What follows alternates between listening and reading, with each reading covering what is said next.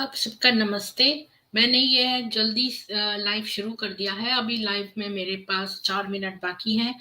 Dixit productions मैंने link दे दिया है, आप पैनल पे आ सकती हैं और अपनी ज़रूरी बात कर सकती हैं।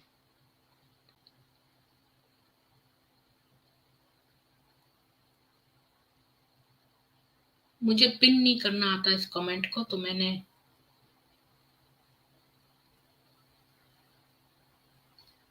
इसको स्टार कर दिया है।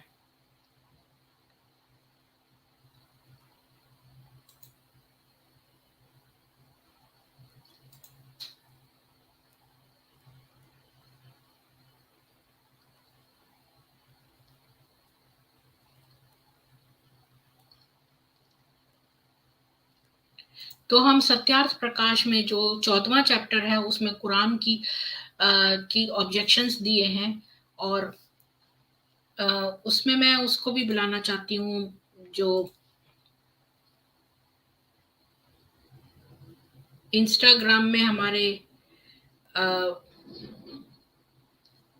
साथ जो जुड़े हैं उनको मैं कैसे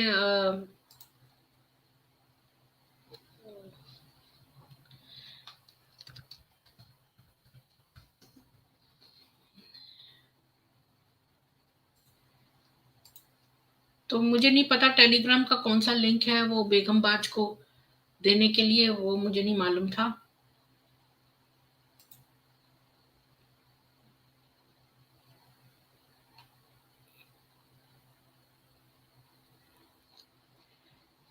तो मुझे ये पहले ही कर लेना चाहिए था।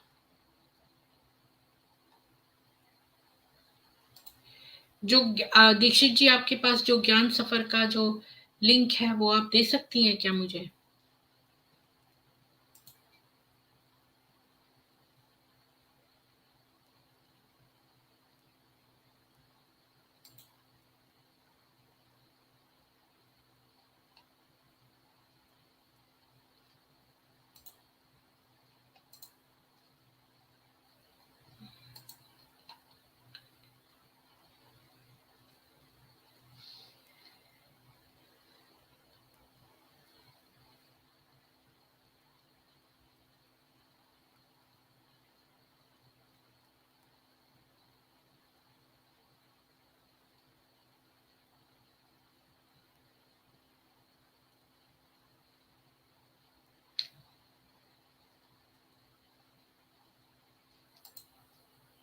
दीक्षित जी, आप आ रही हैं पैनल पे? मैंने लिंक दे दिया है ऑलरेडी।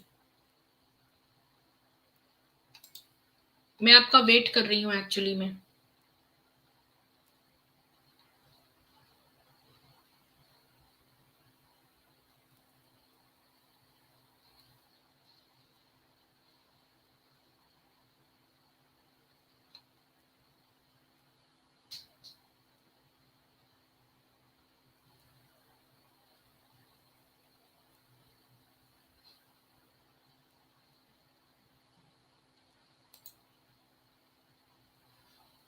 जी, मैं वेट कर रही हूँ, हम लूज कर रहे हैं टाइम।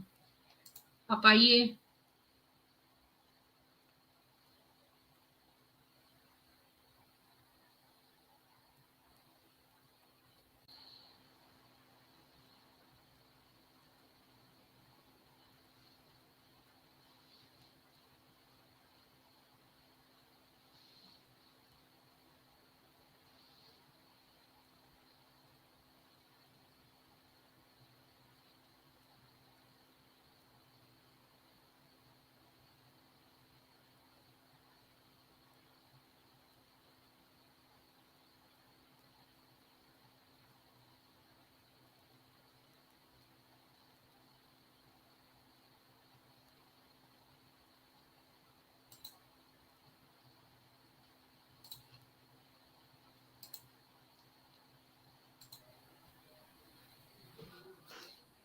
आपका स्वागत है दीक्षित जी।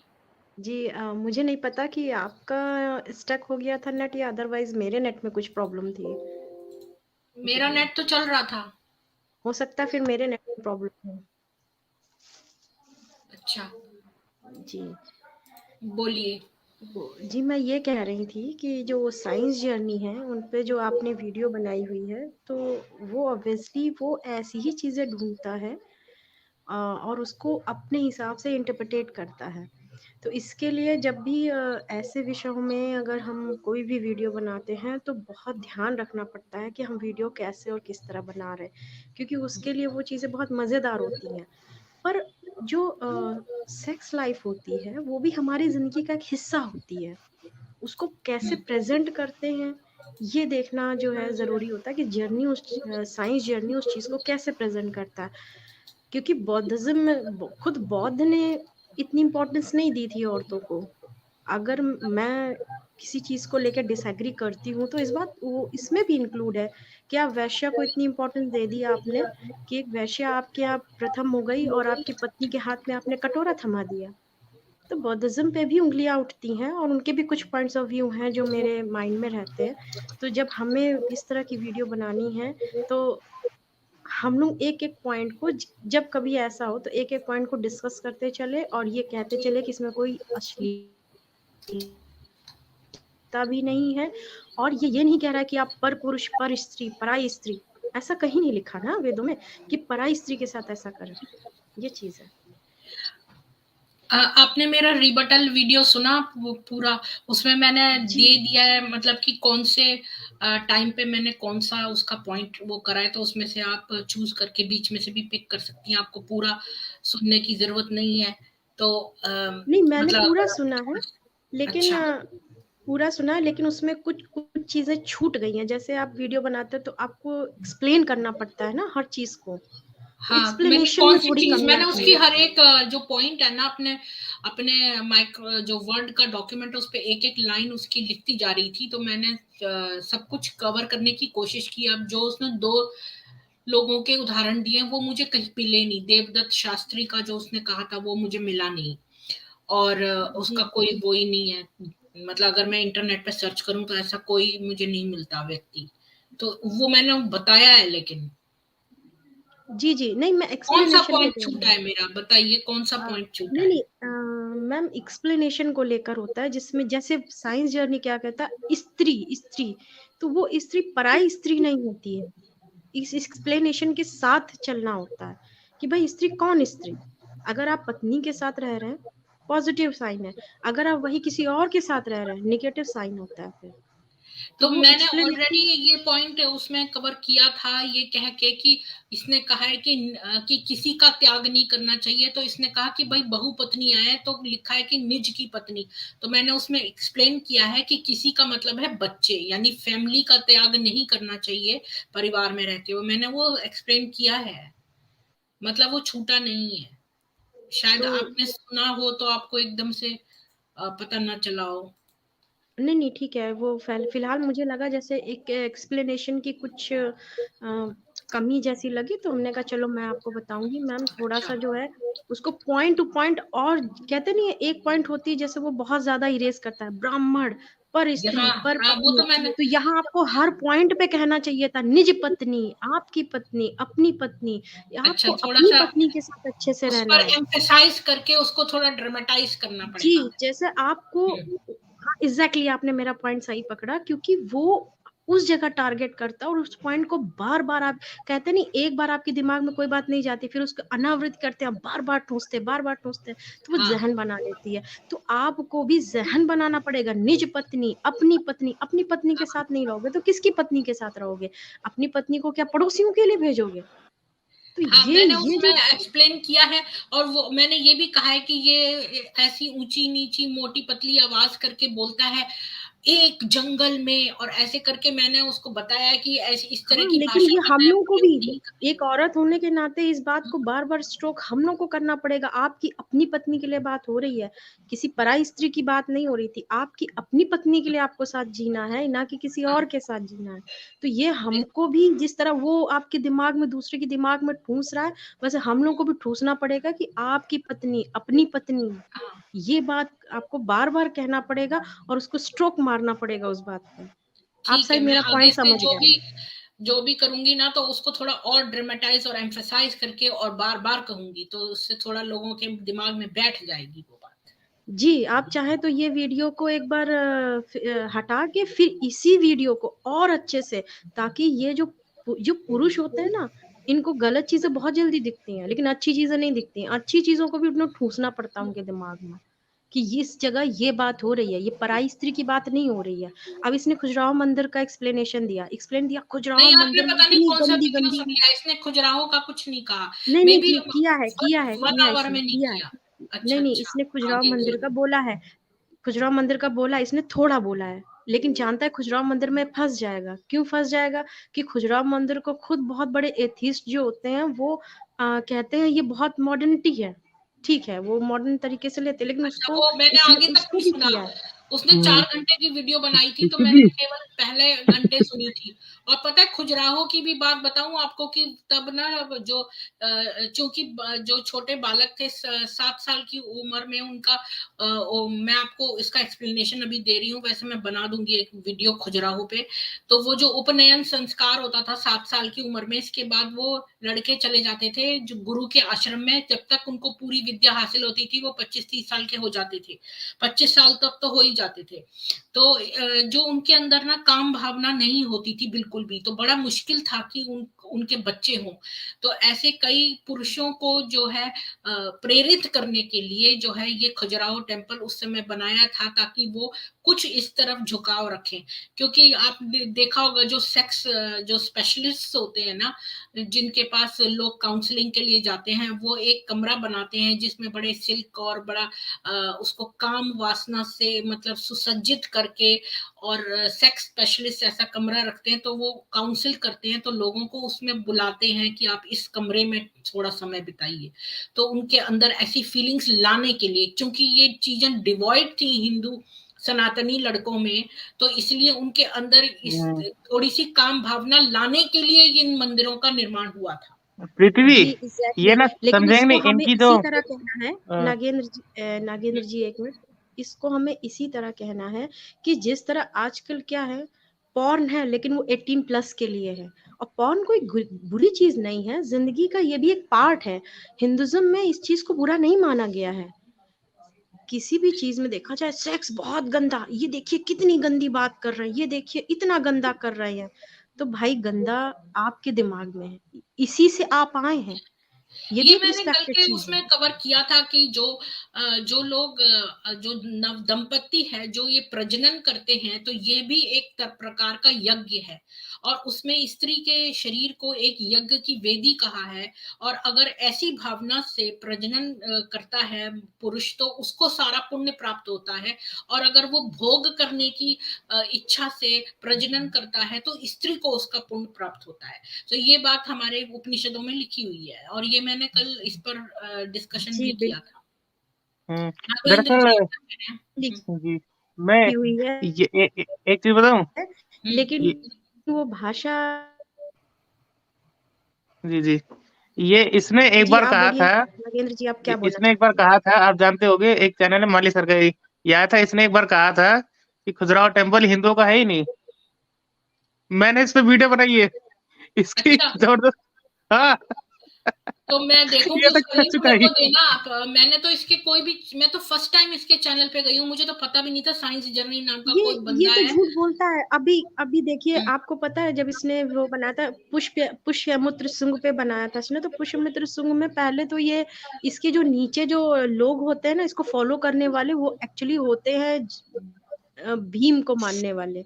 हम भीम को क्यों, नो जैसे मैंने बुद्धिस्ट। भीमटेन, जी बौद्ध, तो 9 बौद्ध भीम को होते तो हैं, सभी तो वो मानते हैं, नीचे जो से कह रहे भीमराव हैं अंबेडकर को तो सभी मानते हैं, वो तो कॉन्स्टिट्यूशन आप बनाया है तो। मानती हैं, आप मानती हैं भीमराव अंबेडकर को, इनको भीमटा कहते हैं, ये भीमटे अलग हैं, आप समझती ये मैंने दिया नहीं। है, जी, इसमें तो आप मैं ये देखिएगा। कह रही थी, ये लोग उन्होंने, कैसे, मतलब कॉन्स्टिट्यूशन तो भीमराव। देखिए जब कॉन्स्टिट्यूशन बना था तो खुद भीमराव अंबेडकर ने कहा था कि जिस दिन आपको ऐसा लगे कि इस कॉन्स्टिट्यूशन में कुछ गलत है, तो आप इसको जो है चेंज कर सकते हैं, आप इसमें कुछ इम्प्लीमेंट कर सकते हैं, ये बात कही थी। लेकिन ये बात ये नहीं मानते, ये बात भीमटे मैं इसलिए बोलती हूँ, उन्होंने जो लिखा वो बिल्कुल वही वही है। तो भैया एक कल्ट बन जाता है, फिर इन्होंने कल्ट बना लिया अपना। ये मेरा असल पॉइंट था। में सीधी दूसरी चीज ये, नगेंद्र जी दिखने रुकिए, वाला, एक मिनट, इन्होंने दिखने एक वाला। चीज नागेंद्र जी लिखने रुकिए, वाला जानते हो पुष्पमित्र कौन है? सिंह जी। प्रेम बिहारी, ऐसे प्रेम बिहारी नाम का ना व्यक्ति, उसने लिखा है कॉन्स्टिट्यूशन। वो अम्बेडकर जी ने तो सिर्फ उसकी अध्यक्षता की है, मतलब वो सिर्फ उसके वो अध्यक्ष ठीक है, लिए, लेकिन देखिए अपने आप राइटिंग नोट हैंड करेंगे तो राइटिंग से उन्हीं लिखा है का उन्होंने। नाम आएगा। नागेंद्र जी आप रुकिए, नाम उन्हीं का आएगा। अब मेरी जिसके अंडर पे आपकी अध्यक्षता होती है, अब सुनिए मेरी बात।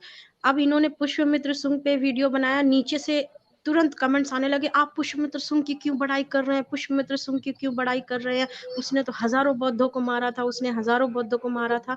लेकिन इसको मजबूरी में ये बात कहनी पड़ी कि नहीं उन्होंने ऐसा नहीं किया था। तो फिर उसने अपने कमेंट्स में उन लोगों के दिमाग में ये बात डाली कि पुष्पमित्र सिंह तो बौद्ध ही थे, और इसने प्रूव भी कर दिया।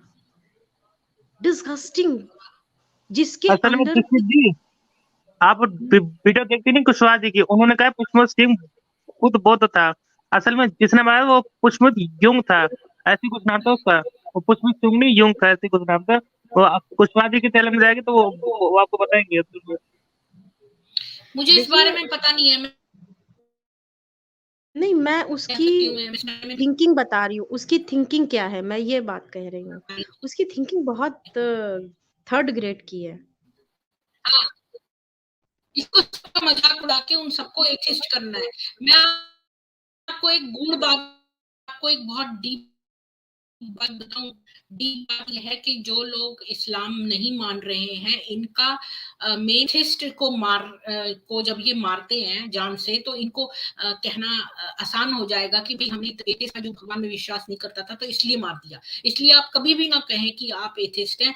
अगर आप किसी भी सनातनी ईश्वर को नहीं मानते तो भी आप जो है कभी अपने आप को एथिस्ट ना कहें, तो आपकी जान सलामत रहेगी। मैं इतना ही कहना चाहती हूँ कि ये मैं आपको बहुत अपने गहरे एक्सपीरियंस से बता रही हूँ, क्योंकि मैं क्रिश्चियन भी रही हूँ और मैंने बहुत सारे और चीजें अध्ययन करी हैं, उससे मैं इनका एक सार बता रही हूँ कि इनका ये बहुत परसुएड करते हैं कि अगर आप इस्लाम को ना माने तो फिर कोई और धर्म को भी ना माने और एथिस्ट रहें, ताकि ये जब किसी का कत्ल करें तो इनको गिल्टी फीलिंग ना हो। और चूंकि जैसे कि आपने वो भेड़ और वो भेड़िए की कहानी सुनी होगी कि भेड़ जो थी वो नीचे पानी पी रही थी और भेड़, तो इसने कहा कि तू मेरा पानी गंदा कर रही है। तो भेड़ ने कहा सो कैसे, मैं तो नीचे हूं। जैसे ही उसने मुंह खोला उसने आके लपक के उसको खा लिया। तो मतलब इल्जाम लगा के खाना जो होता है वो आसान होता है, तो ये लोग इल्जाम लगा के खाना चाहते हैं। तो इल्जाम कैसे लगाएंगे कि भाई तुम तो ईश्वर को ही नहीं मानते थे, इसलिए ये एक इल्जाम है।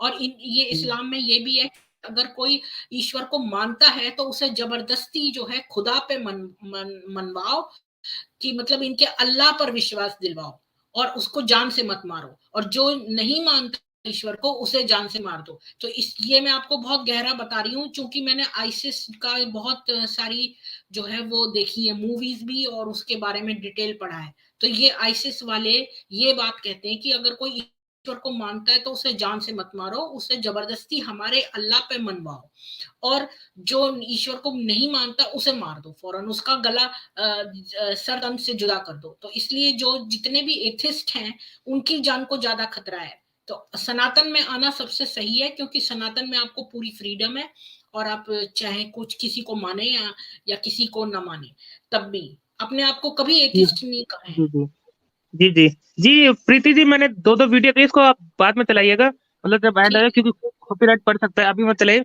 उसमें दोनों में साइंस जर्नी को बहुत बुरी तरह एक्सपोज किए। एक में इसने कहा था कि सनातन नाम की कोई चीज ही नहीं है, फिर इसमें कहा था कि इनके जो बुद्ध है वो खुद मानते थे कि वो सनातनी है। दूसरे में उसने खुजराहो टेम्पल का दिया था कि इसने बोला कि वो हिंदू का है ही नहीं। और और उसमें क्या बताया, कैसे कैसी बातें की है, अजीब सी बातें की है उसकी, वो हिंदू का है ही नहीं। लेकिन अगर गूगल पे जाके चेक करो ना, पता चलेगा चंदेल शासकों ने बनाया। ये है इसका, इतना इतना झूठ बोलता है, इतना झूठ, मतलब आप सोच नहीं सकते, झूठ पे पूरी लाइब्रेरी भर जाए इसकी। हाँ, केबीटी के आप यही चैनल वाला देखिएगा, ये जो आप ये मैं सब्सक्राइब पॉइंट कीजिएगा, ही हाँ, गलत पूरा रखता झूठ है खुलता है इसकी।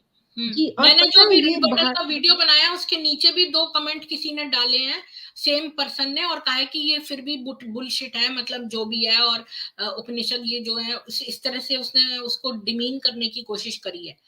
तो मैंने उस पर लिख दिया है कि ये तो अब फैमिली के आपके संस्कारों पे डिपेंड करता है और आपकी अगर नहीं, पुअर इसीलिए तो मैम अंडरस्टैंडिंग। बोला, इसीलिए मैम बोला आपको ये पॉइंट पकड़ के चलना पड़ेगा कि ठीक है, सेक्स बुरा नहीं है, सेक्स बुरा नहीं है, अपनी पत्नी के साथ रहना बुरा कब से हो गया, और अगर ये है तो आप कहाँ से पैदा हो गए, ये ठूसना पड़ेगा आपको। वीडियो एक बार और बनाइएगा और ठूसिएगा उसके कान में।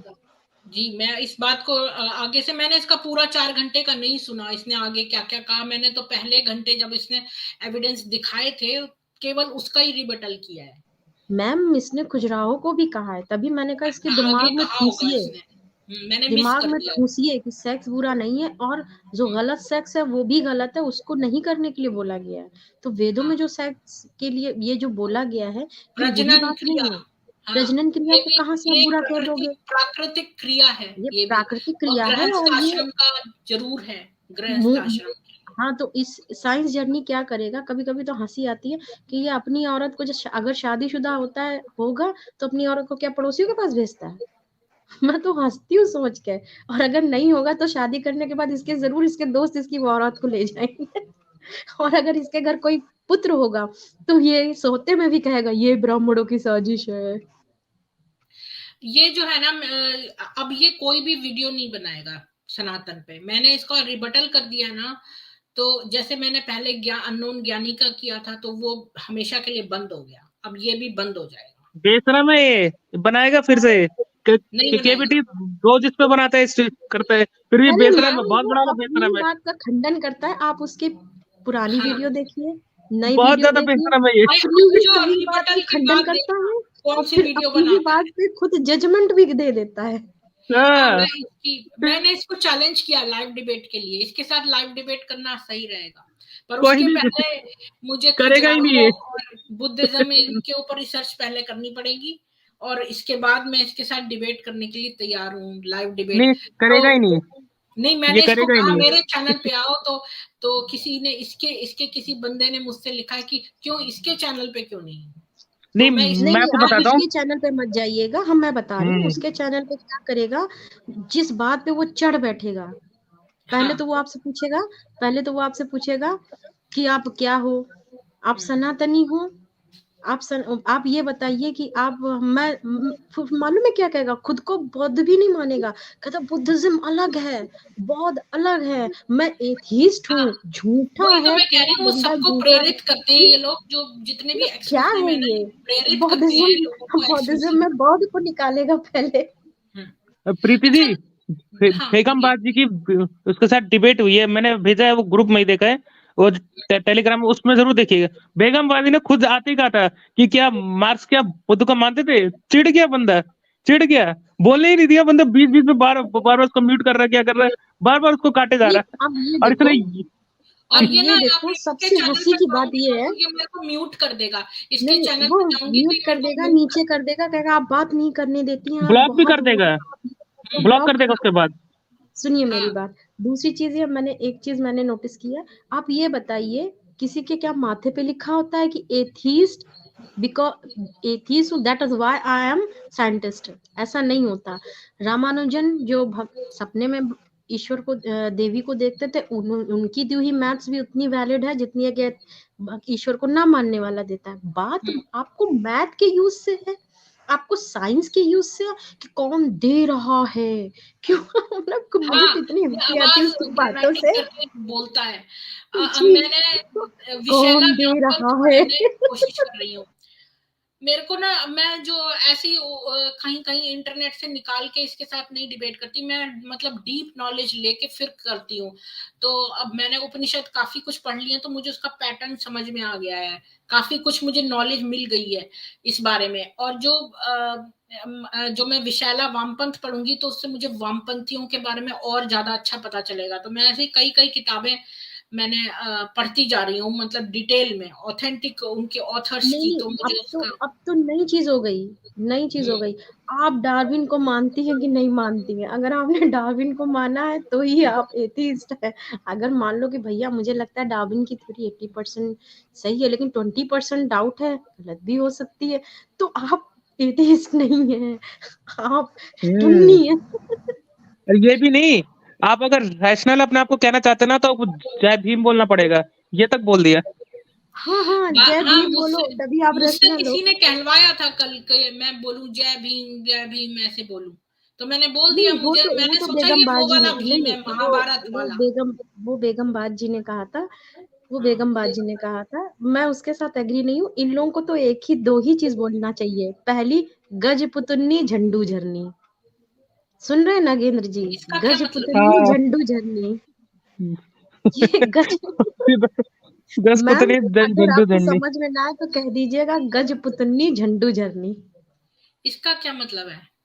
गज का पुत्र यानी कि हाथी का बेटा। दरअसल आप बुद्ध की कहानी पढ़ोगे ना तो असल में वो हाथी का पुत्र कहलाए गए और कुछ नहीं है। बात ये कि जो बुद्ध थे ना, वो कोई ईश्वर नहीं थे, वो एक स्पिरिचुअल गाइड ही हो सकते हैं, वो ईश्वर थोड़ी हो सकते हैं। मतलब बुद्ध जो थे वो एनलाइटेंड वन थे, तो जी, उनको जो है एग्री ज्ञान प्राप्त हुआ था, तो एग्री वो एक एग्री। गुरु या गाइड हो सकता है, नहीं नहीं, लेकिन वो अच्छा मुझे ईश्वर नहीं हो बताइए, सकता। वो ईश्वर नहीं है, वो यही कहता है। मैं बौद्धिज्म नहीं मानता, मैं बौद्ध को मानता हूँ। तो बौद्ध में भी ये बताइए, कौन सी ऐसी स्त्री थी जो उनके साथ भिक्षु बन के चल दी, और कौन सी ऐसी स्त्री थी जिसके हाथ में कटोरा थमा दिया गया? पता है, सच्ची बात कहूं, मेरी माँ कहती थी बुद्ध बुद्धू थे, क्योंकि वो जो थे वापस आके अपनी बिल्कुल बीवी बुद्धू को थे। बोलते हैं, अपनी बीवी को बोलते हैं बहन, अरे अपनी वो बीवी को दिमाग बहन से, कह के संबोधित नहीं, करते हैं। अच्छा ये ये बताओ, बात मेरी माँ को बहुत बुरी लगी, तो नहीं मुझे नहीं, ज्यादा अरे पता नहीं मुझे था, बुरी तो लगी। मेरी माँ अब ये ये कहती। समझो, एक वैश्या को आपने बिल्कुल तख्त ताज दे दिया, उसके साथ रात बिता रहा, कौन देखने आ रहा कि आपने अंदर क्या किया हुआ है। फिर आपके वो इम्पोर्टेंस भी वो बहुत रखने लगी। ठीक है, एक वैश्या को आपने टॉप पे धर दिया, उसके बाद जब आपकी पत्नी गई, वो खुद ही आप तो उसे छोड़कर भाग गए। और भागने के बाद इनलाइटमेंट हो गए। बहुत बढ़िया, इनलाइटमेंट हो जाओ, अपनी पत्नी को भी ले जाते अपने साथ। तनिक हम तो भी उन्होंने समझते अपनी कि आप पत्नी औरत को सुधर बहन गई। क्यों कहा वापस आके? नहीं ये बात मेरी माँ को बहुत बुरी लगी। नहीं, ये कहेंगे, वो कहता है अथेंटिक नहीं है, कहीं लिखा नहीं है। भाई मत मान लिया नहीं लिखा, लेकिन अपनी पत्नी को आके कटोरा थमा दिया है, पुत्र से कह दिया चलो नंगे पैर चलो, वो भी चल दी। तो कम से कम उसको इतनी इज्जत तो देते, माता या कुछ तो उसको देते। ना ना ना, दिया किसको? वैश्या की। उनको उनको वैश्या की बड़ी चिंता थी। तो मैं क्यों ऐसे बौद्ध को मानूं भाई? मतलब वो गुरु थे, जो गुरु में से जब गुरु कोई आप चूज करते हैं तो आपकी मर्जी है आप किस गुरु को चूज करें, पर वो ईश्वर नहीं थे। तो ऐसे तो जैनियों के नहीं, तो महावीर मैं हुए, नहीं तो चूज महावीर करती ना। और बुद्ध एक ही समय पे हुए हैं। महावीर और बुद्ध, उनके टीचिंग्स भी बहुत कुछ सेम सेम है। एक आजीविका आई थी। हेलो मैम, आवाज आ रही है? हाँ हाँ। जी, एक आजीविका आजीविका आई थी, आजीविका दर्शनी, जो हम्म, बहुत थोड़े समय के लिए थी। वो भी ठीक थी।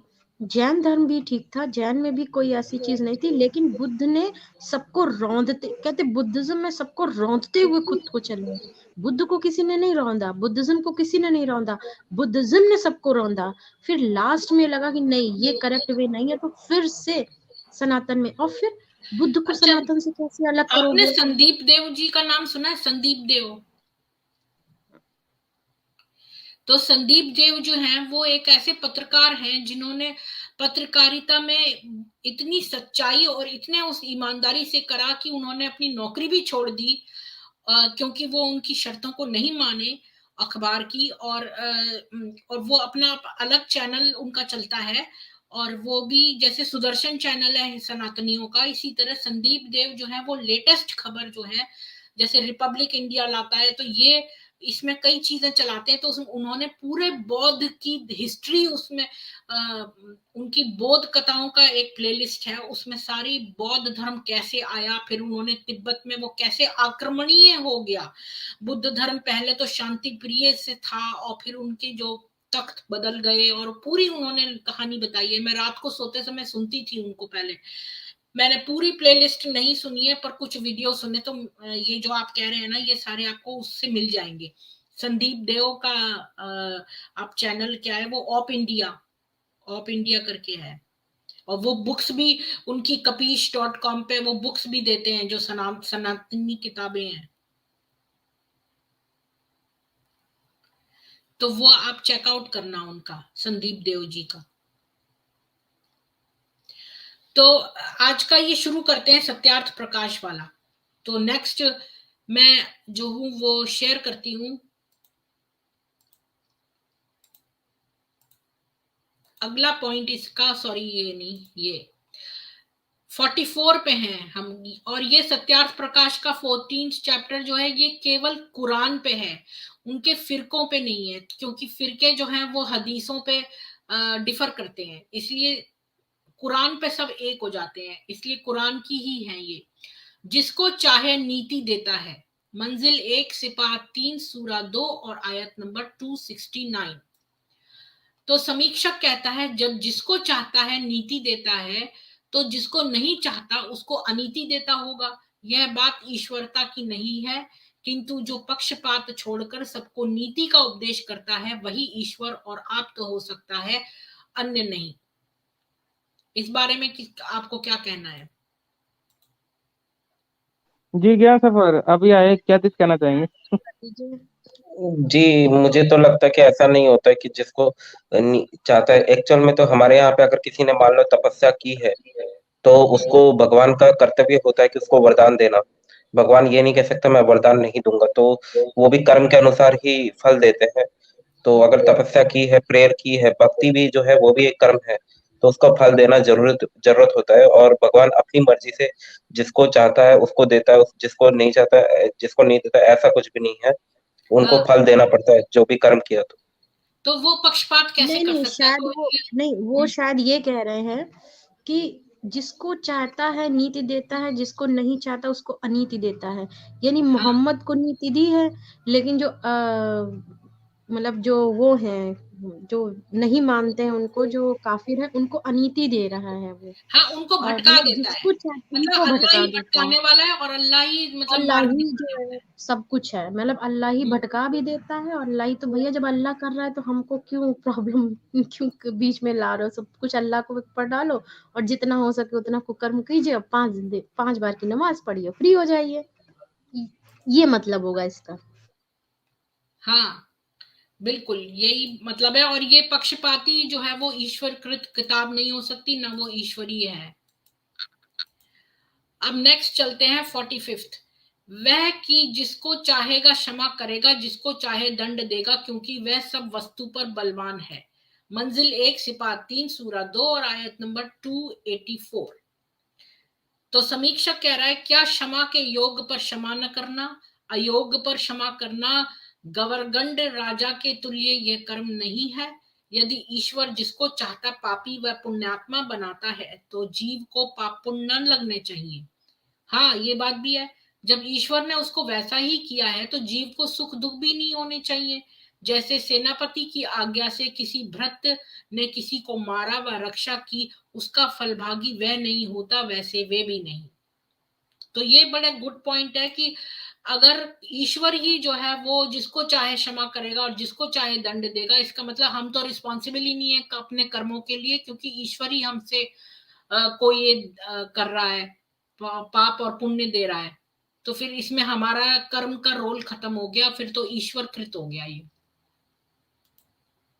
इस बारे में किसी जी को कुछ कहना है? जी, इसमें मैं कहना चाहता हूँ। देखिए, अर्जुन के साथ श्री कृष्ण थे, लेकिन तब भी उनको वनवास भोगना पड़ा।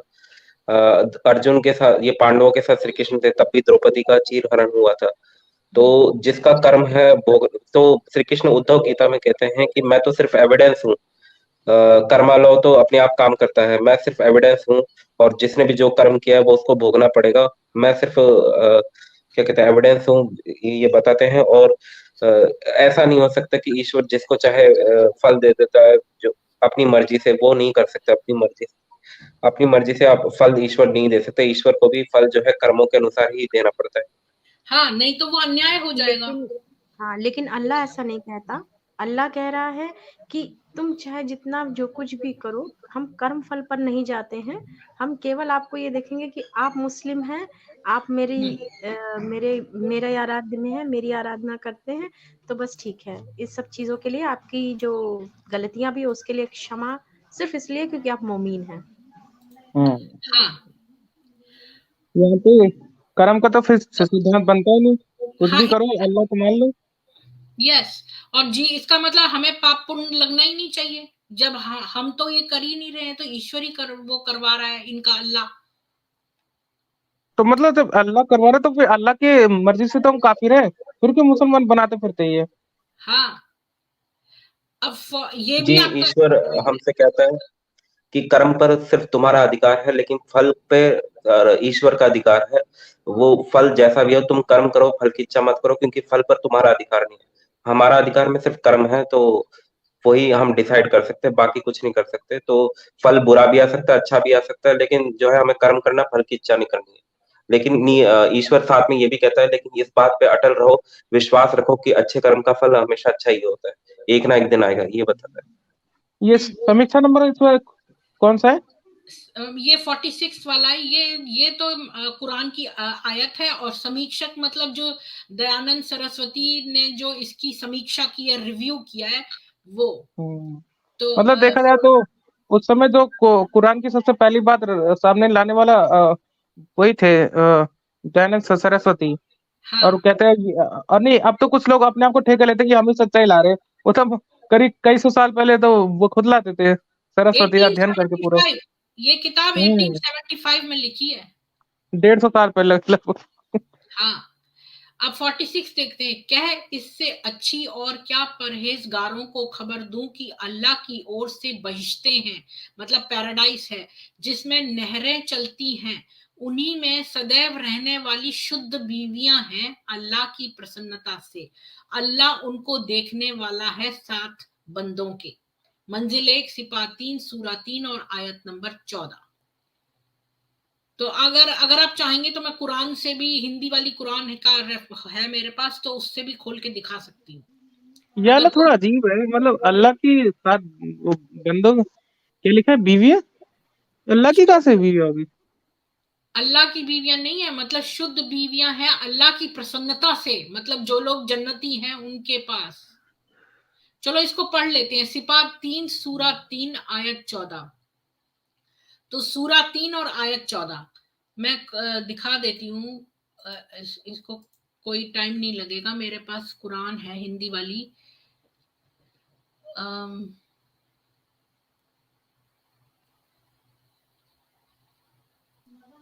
मेरे को ये कुरान को हिंदी में भी समझना थोड़ा मुश्किल हो जाता है कि ऐसी भाषा में लिखा होता है। क्योंकि ये जो है ना, इन लोगों ने किसी गूगल ट्रांसलेट से ट्रांसलेट किया है, तो अच्छी से नहीं आया है, मतलब शब्दों का कंस्ट्रक्शन सही नहीं है। मैं वो भूल गई, उसका रेफरेंस क्या था। सूरा 3 आयत 14। सूरा 3 आयत 14। तो ये 11 12 13 और 14 ये है। दुनिया में लोगों को उनकी मरगूब चीजें, मसलन बीवियों और बेटी और सोने चांदी के बड़े बड़े लगे हुए ढेरों और उम्दा उम्दा घोड़ों और मवेशियों और खेती के साथ उल्फत भली करके दिखा दी गई है। ये सब दुनियावी जिंदगी के चंद रोजा फायदे हैं, और हमेशा का अच्छा ठिकाना तो खुदा के यहाँ ही है। क्या यही है ये? मैंने गलत तो नहीं पढ़ दी? 14 14 नहीं थी, या 14 थी? आयत 14 सूरा 3 मंजिल 1 शिपा सूरा 3 की आयत 14 तो ये है। तो मतलब इसमें समीक्षा क्या कहता है? ये होगी ये 15वां। ए रसूल, उन लोगों से कह दो, क्या मैं तुमको उन सब चीजों से बेहतर चीज बता दूं? अच्छा सुनो, जिन लोगों ने परहेजगारी इख्तियार की, उनके लिए उनके परवरदिगार के यहाँ यानी जन्नत के वह बागात हैं, जिनके नीचे नहरें जारी हैं, और वह हमेशा उसमें रहेंगे। और उसके अलावा उनके लिए, हाँ ये वाली है ये, और उनके लिए उन इसके अलावा उनके लिए साफ सुथरी बीवियां हैं, और सबसे बढ़कर खुदा की खुशनुदी है, और खुदा अपने उन बंदों को खूब देख रहा है जो दुआएं मांगा करते हैं। तो साफ सुथरी बीवियां हैं। और ये लोग ना हर एक प्रिंट के साथ कुरान और इसको ना वो कर देते हैं सैनिटाइज सा। अब ये साफ सुथरी बीवियां लिख दिया है इसमें। साफ सुथरी मतलब क्या, कोई बीविया कोई गंदी भी होती है क्या? हर कोई मतलब आदमियों से पवित्र, ज्यादा। मतलब पवित्र, शायद पवित्र या वर्जिन्स, मतलब जिनको किसी ने अच्छा, छुआ ना हो, या पता नहीं। वर्जन, हाँ वो कह सकते हैं, क्योंकि इनमें तो वही कही, वर्जन ही कही होते हैं। तो अब इसकी समीक्षा पढ़ लेते हैं। भला यह स्वर्ग है कि वैश्यावन? वैश्यावन, वाह। कहीं ये वो तो नहीं है, 72 हूरों की तो बात नहीं चल रही? हाँ, वही तो। वो हो सकता है, तभी तो हो रहा है ये वैश्य, सीधा ही हाँ कह दे 72 हूरों की। हाँ, भला ये स्वर्ग है कि वैश्यावन, इसको ईश्वर कहना व श्रेण। कोई भी मन बुद्धिमान ऐसी बातें जिसमें हो उसको परमेश्वर का किया पुस्तक मान सकता है? यह पक्षपात क्यों करता है? जो बीवियां बहिष्ट में सदा रहती हैं, मतलब जो हूरें हैं, वे वहां यहाँ जन्म पाके वहां गई या वहीं उत्पन्न हुई हैं? यदि वहां जन्म पाकर वहां गई हैं, तो जो कयामत की रात से पहले वहां बीवियों को बुला लिया, तो उनके खाविंदों को क्यों ना बुला लिया? और कयामत की रात में सबका न्याय होगा, इस नियम को क्यों तोड़ा? यदि वे जन्मी हैं, तो कयामत तक वे क्यों कर निर्वाह करती हैं? जो उनके लिए पुरुष भी हैं, तो यहाँ से बहिष्ट में जाने वाले मुसलमानों को खुदा बीवियां कहां से देगा? मतलब ये 72 हूरें कहां से आएंगी? और सोचो, एक एक मुसलमान को 72 हूरें मिलेंगी, तो अगर 1 करोड़ मुसलमान हुए तो 72 करोड़ हूरें होनी पड़ेंगी कि नहीं? और जैसी बीवियां, 180 जबकि करोड़ अर्थ पे मुसलमान है। जी, उनकी जबकि पॉपुलेशन अर्थ पे फीमेल पॉपुलेशन कम है, अर्थ पे तो। नहीं या मैं नहीं, एक लाइन और पढ़ दूं। और जैसे बीवियां बहिष्ट में सदा रहने वाली बनाई, वैसे पुरुषों को वहां सदा रहने वाला क्यों ना बनाया? इसलिए मुसलमानों का खुदा अन्यायकारी बेसमझ है। नहीं, आप खुद ही सोचिए ना, 180 करोड़ मुसलमान है, उसमें से 90 करोड़ पुरुष है, तो आप समझ रहे हैं 90 के हाथ में 72, यानी कि 72 100 तक निकल आती। इतनी तो अर्थ में लाइफ भी नहीं है। हाँ, मैंने एक्चुअली ये बात पूछी थी एडम सीकर से। मैंने पूछा था उसके चैनल पे जाकर कि एक बात बताइए कि आपके जो सारे फिरके हैं उसमें से एक फिरका जाएगा जन्नत, तो उसमें कितने मुसलमान होंगे? तो उसने मुझे कहा लगभग 1 मिलियन, समझ के चलते हैं। तो 1 मिलियन के लिए अगर 72 हर एक को मिलेंगी, तो 72 मिलियन होनी पड़ेंगी, है ना? ताकि हर एक को 72 अपनी मिल जाए, इसके लिए 72 मिलियन होनी पड़ेंगी। तो 7 इतनी करोड़ सारी हूरें जो हैं वो कहाँ से आएंगी? हर एक को सप्लाई हो जाए 72। तो मैंने कहा इतनी सारी कहाँ कंटेंट होंगी? तो एडम सीकर ने मुझसे कहा क्योंकि जो आसमान और जो जन्नत के बीच का रास्ता है वो इतना विशाल है कि वो सब समा सकती है। मतलब नहीं, अल्लाह इनका के, इनका इनका इनका कहने में है कि औरत सिर्फ वो जहन्नुम में जाएगी, तो जन्नत वाली औरतें कहाँ से आएंगी? वही तो इसमें पूछा है कि अब क्या वो जो हूरें थी वो कहाँ से आई? मतलब उनका सोर्स क्या है? क्या वो वहीं पे पैदा हुई और वहीं की हैं, या वो यहाँ से मर कर जी, गई हैं? उस सोर्स के बारे में सिर्फ इतना ही बताया है कि जब आप जाएंगे जन्नत में, तो सिर्फ आपको 72 हूरें वहां मिलेंगी। क्यों मिलेंगी, कैसे मिलेंगी, वहीं स्टे करती हैं, क्या रहती हैं, इस बारे में कुछ नहीं। बस उनका यहीं पे मौन है कि आप जब जाएंगे तो वहां 72 हूरें आपकी आरती उतारती मिलेंगी आपको, और एक से बढ़कर एक। फिर तो आप एक एक मौलवी की अगर आप वीडियो निकाल लेना, तो वो तो फिर क्या कहते हैं हम, वो तो फिर और सुनने लायक होती है। हाँ, वो जी, तारीफ है मेरी सबसे अच्छा। बाकी औरतें जहन्नमी से निकाल के हूरें बनाएंगे, ये जहन्नमी से औरतें ये निकाल। जो जहन्नुम से। प्रीति जी, ये हूर नहीं है, हूर, इसने सच में पूरी दुनिया की वाट लगाई है। अरे मर जाते मैं आपको ऐसे शब्द की नहीं, बात इनका यूज लालच कर रही हूँ, देखो, इनका सॉरी, लालच देखो लेकिन कि ये सच में लोग ये मतलब वाट शब्द वैश्यावृत्ति सही करना है। चाहते हैं। और जो नहीं, सच्ची इनका मैं चीज सिस्टम पर में बिल्कुल बैंड है फ्री वो रहती हूँ। वहां बैंड नहीं है। नहीं, इनकी हालत तो देखो, मैं आपको बताता हूँ। आतंकवादी एक सेफ्टी गार्ड लगा के मरते हैं, तो आप जानते नहीं हो, सेफ्टी गार्ड लगा के मरते हैं मेन पॉइंट पे। वो सेफ्टी इंटरनेट में गार्ड ढूंढो, क्या मर होता जाएगा। अरे मर जाए, पता चल अच्छा जाएगा वो प्रीति जी, और आपने। कोई स्ट्रीम में आना चाहता है क्या? नीचे मतलब देखिए। क्रिकेटर लगाते हैं ना एल गार्ड, वैसे। है? लिंक दे दिया वैसे ही। है, कोई आना चाहे तो।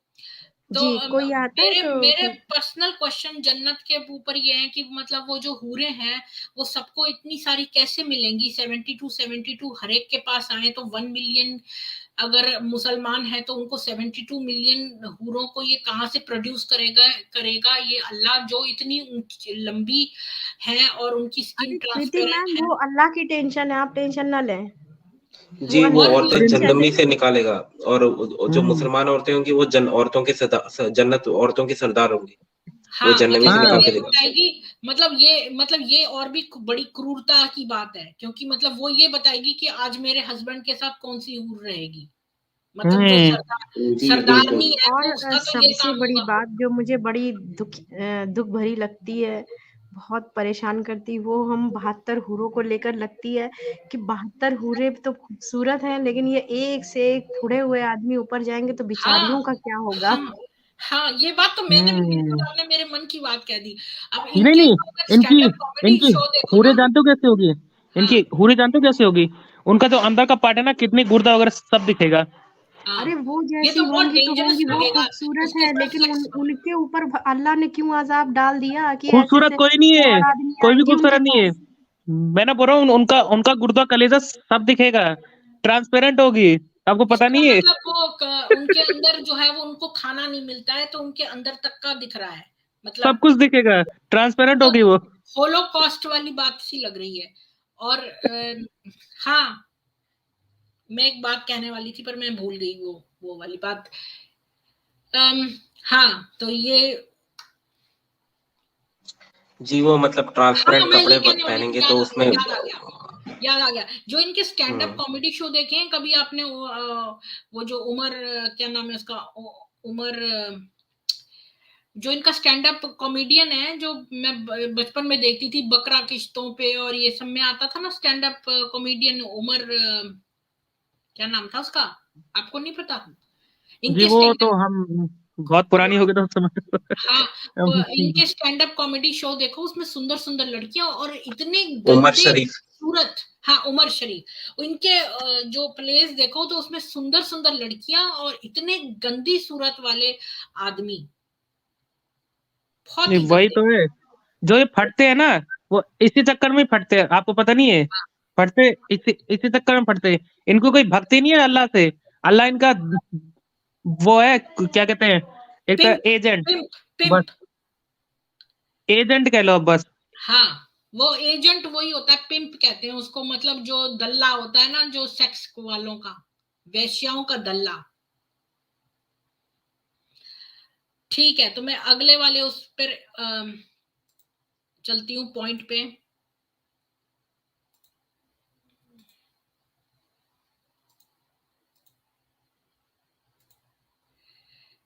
वो है निश्चय अल्लाह की ओर से दीन इस्लाम है, मंजिल 1 सिपात 3 सूरा 3 और आयत नंबर 18। तो समीक्षक कह रहा है, क्या अल्लाह मुसलमानों ही का है, औरों का नहीं? क्या 1300 वर्षों के पूर्व ईश्वरीय मत था ही नहीं? इसी से यह कुरान ईश्वर का बनाया तो नहीं किंतु किसी पक्षपाती का बनाया है। हाँ, क्योंकि जब इस्लाम नहीं आया था तब भी तो लोग जो है ईश्वर को मानते थे, तो वो कैसे था पॉसिबल? इसको समीक्षा क्या कहते थे? समीक्षक यही कह रहे हैं, क्या 1300 वर्षों के पूर्व ईश्वरीय मत था ही नहीं?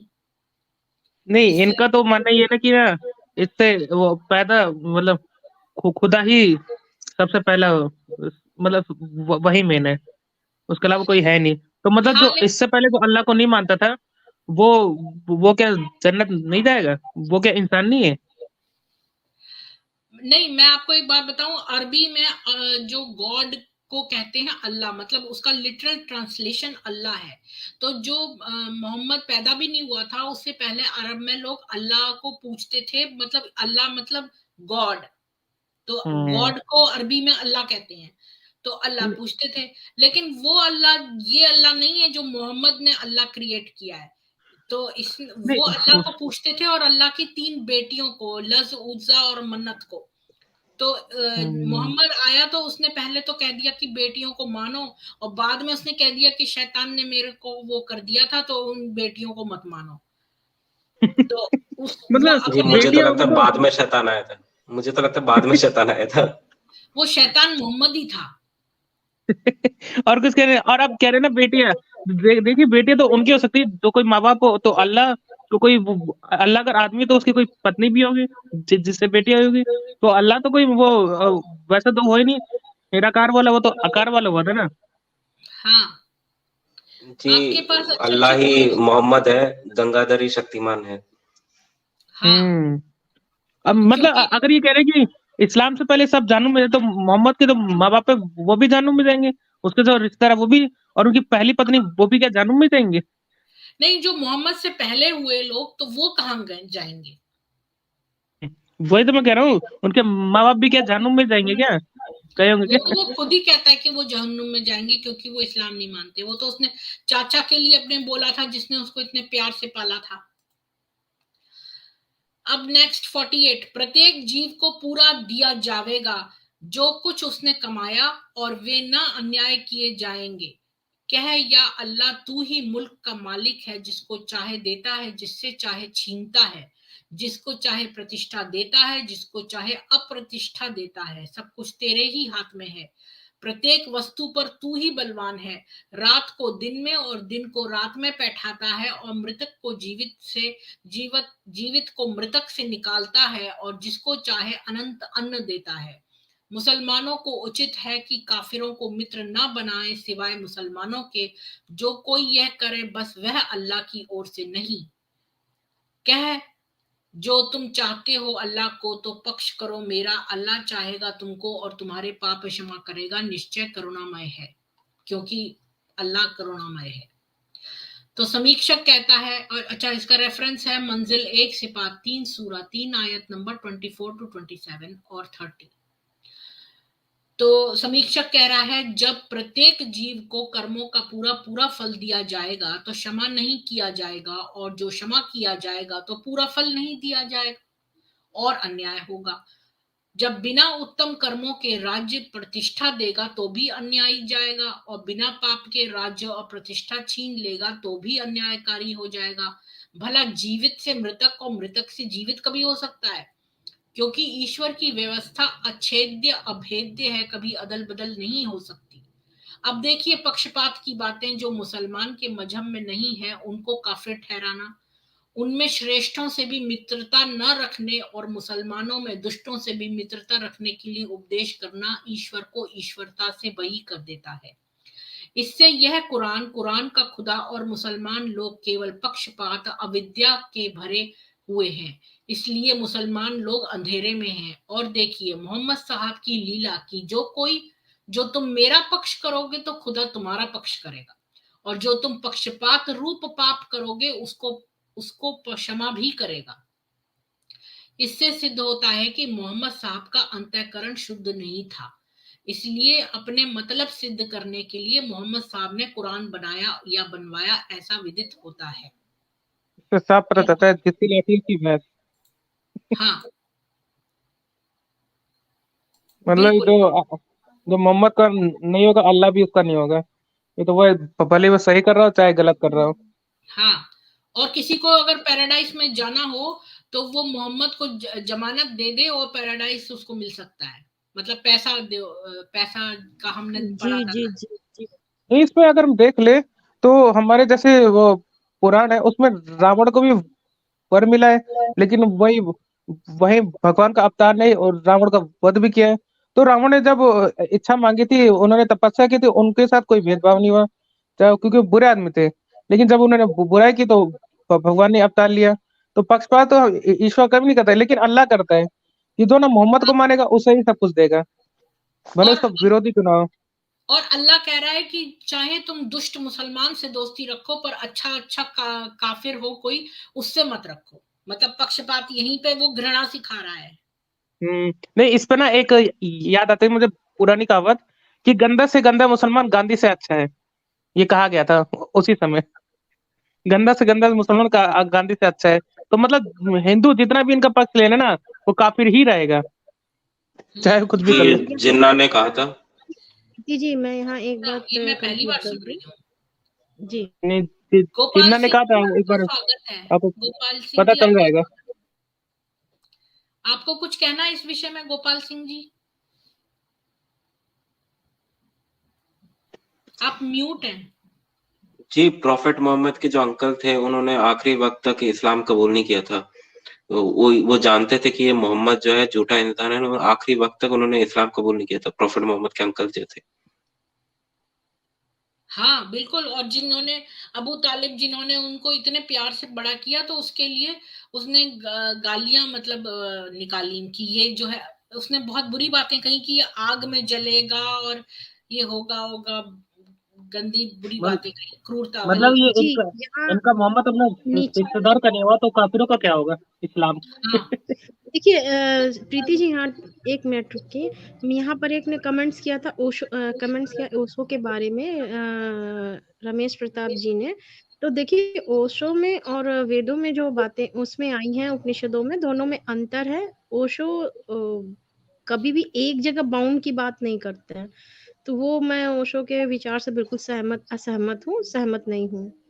तो आगे बात कंटिन्यू कीजिए ओशो के आगे। अपने अपने विचार बस से, ग्रंथों से कुछ नहीं लेने देना। यहाँ पे कोई ग्रंथों से बंध के थोड़ी ना रहता है हिंदुज्म में, क्लियर करा था। अपने अपने विचार एक रख सकते हैं।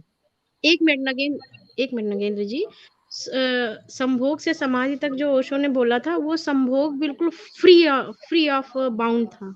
यानी आप किसी से बंध नहीं सकते हैं। वो मतलब वो उसके लिए थोड़ा सा किसी भी औरत के लिए एग्री होना बहुत मुश्किल है। तो वो मैं आपको क्या कह पता है सकती हूँ, अगर रजनीश के प्रीति जी एग्री। आश्रम हैं, रजनीश के आश्रम थे, ओशो रजनीश ही तो है ना? जी जी जी हाँ, उसके आश्रम थे जहां पर जो है सेक्स, वो ओशो रजनीश की फिलॉसफी ये थी कि आप उसको इतना संभोग करो कि आपके अंदर से संभोग की इच्छा समाप्त हो जाए। यानी बहुत ज्यादा अगर आप पिज्जा खाओगे तो पिज्जा से नफरत होने लगेगी, या बहुत आइसक्रीम ऐसा खाओगे तो नहीं, आप आइसक्रीम से नफरत, तो वो वाली इसका बात। सबसे बड़ा उदाहरण कुरान में देखिए है तो कुछ अंत हुआ उसका? नहीं हुआ।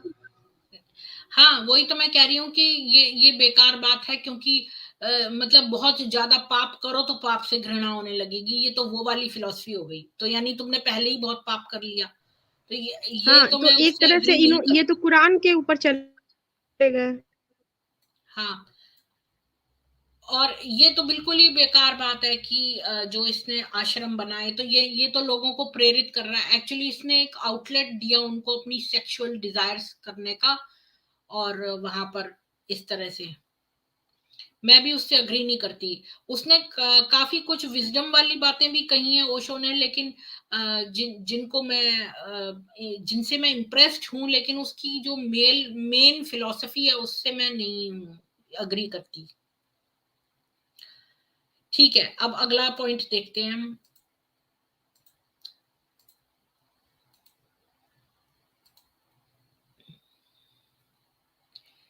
(49) जिस समय कहा फरिश्तों ने कि ए मरियम, तुझको अल्लाह ने पसंद किया और पवित्र किया ऊपर जगत की स्त्रियों के।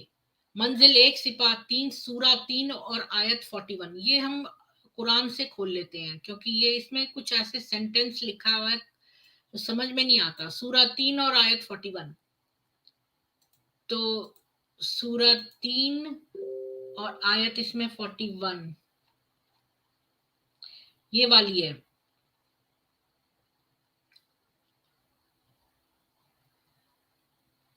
ये 42 हो गई अब। और वह वाकया भी याद करो जब फरिश्तों ने मरियम से कहा, ए मरियम, तुमको खुदा ने बरगुजीदा किया और तमाम गुनाहों और बुराइयों से पाक साफ रखा, और सारे दुनिया जहान की औरतों में से तुमको मुंतखिब किया है। तो अब इसका समीक्षक कहता है, भला जब आजकल खुदा के फरिश्ते और खुदा किसी से बातें करने तो नहीं आते, तो प्रथम कैसे आए होंगे? जो कहो कि पहले के मनुष्य पुण्यात्मा थे, अब के नहीं, तो यह बात मिथ्या है। किंतु जिस समय ईसाई और मुसलमानों का मत चला था, उस समय उन देशों में जंगली और विद्याहीन मनुष्य अधिक थे, इसलिए वे विद्या विरुद्ध मत चल गए। जब विद्वान अधिक हैं, इसलिए नहीं चल सकता, किंतु जो जो ऐसे पोकल मजहब है वे भी अस्त हो जाते हैं, वृद्धि की तो कथा ही क्या। हाँ, ये बात तो है।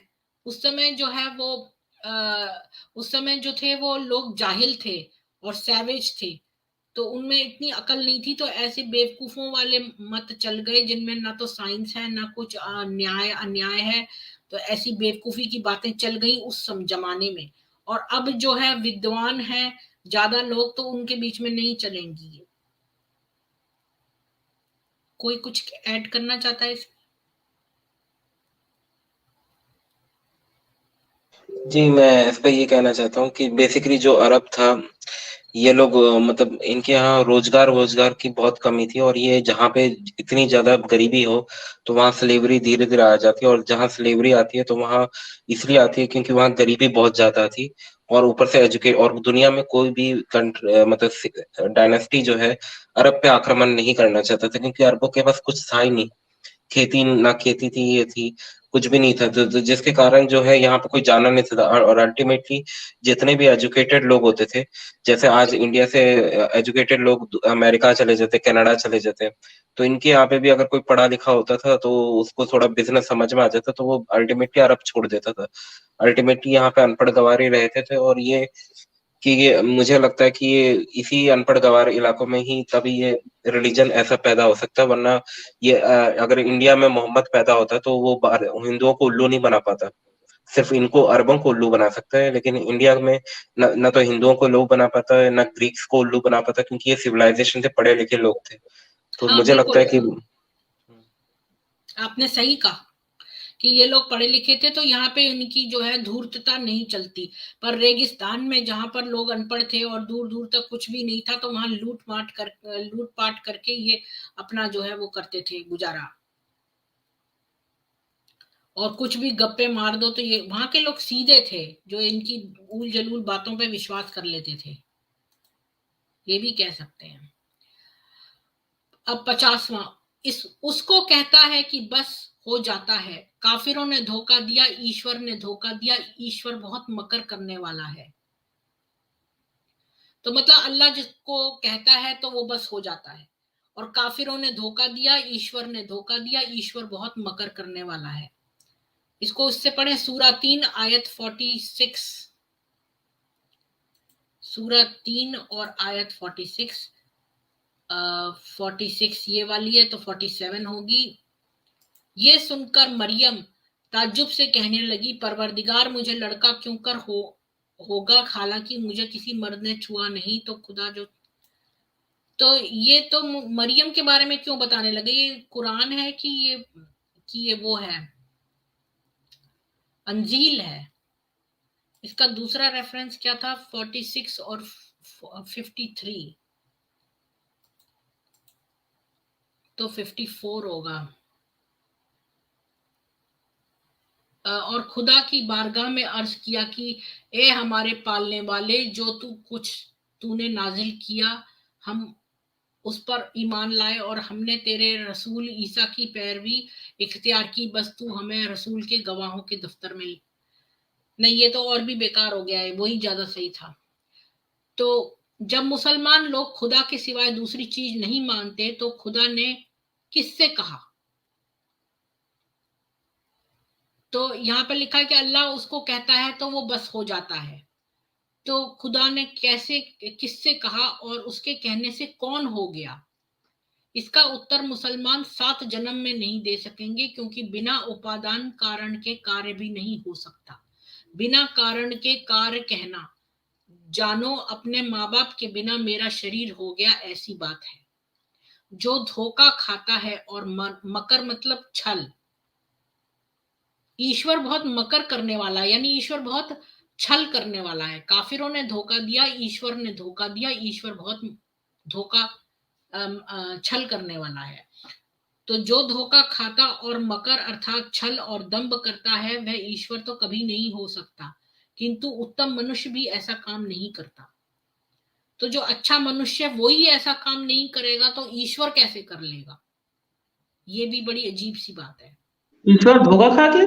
ये अजीब बात है, मतलब इनका अल्लाह अल्लाह धोखा भी खा जाता है? नहीं, अल्लाह धोखा नहीं खा रहा, वो धोखा कर रहा है, ईश्वर बहुत छल करने वाला है। अच्छा, तो ये तो छल तो करता ही है, हाँ, ये तो बोलता है। ये कह रहा है कि ईश्वर ने धोखा दिया, ईश्वर बहुत छल करने वाला है और वो जो कहता है वो हो जाता है। नहीं, इन्होंने कहा था ना, एक बार कहा था कि मैं कि एक एक काफिर 100 नहीं, एक एक मोमिन 100 काफिरों को मारेगा। जब हार के आगे पिट के आ गए तो अल्लाह ने कहा कि नहीं, हार कम कर दिया, एक एक मोमिन 10-10 काफिर को मारेगा। उनको खुद पता ही नहीं कि एक मोमिन किस पे भारी पड़ता है, कितने पे। ये मोहम्मद ने कहा था अपने सैनिकों से, जब वो काफिरों से लड़ने जा रहे थे। हाँ, वो उनका मोरल बढ़ाने के लिए, ताकि वो वो तो अच्छा क्रिकेट लगे। मैच में भी देख ले, अगर पाकिस्तान जब जीत जाता है हम्म, तो बोलते हैं अल्लाह अल्लाह अल्लाह पाक इस्लामिक कंट्री के साथ है, जब हार जाता है तो कुछ चुप हो जाते, कुछ नहीं बोलते। हाँ, और आपको एक दो बातें बताना चाहती हूँ। एक तो ये कि जो मोहम्मद था, जब भी लड़ाई करने ये लोग जाते थे, इन्होंने 74 रेड्स किए मोहम्मद ने अपनी पूरी लाइफ में। तो जो जब ये रेड करने जाते थे तो मोहम्मद जो है वो सबसे पीछे रहता था और छुप जाता था और कहता था कि मेरे को अपनी औरतों और बच्चों में छुपा लो, ऐसा कहता था। जब वो जब ये पीछे रहता था और दूसरों को आगे करता था। एक तो ये एक और वाली, चीज बताता हूँ, ये अपने सैनिकों को कवच कम पहनाता था, खुद 2 से 3-4 कवच पहनता था।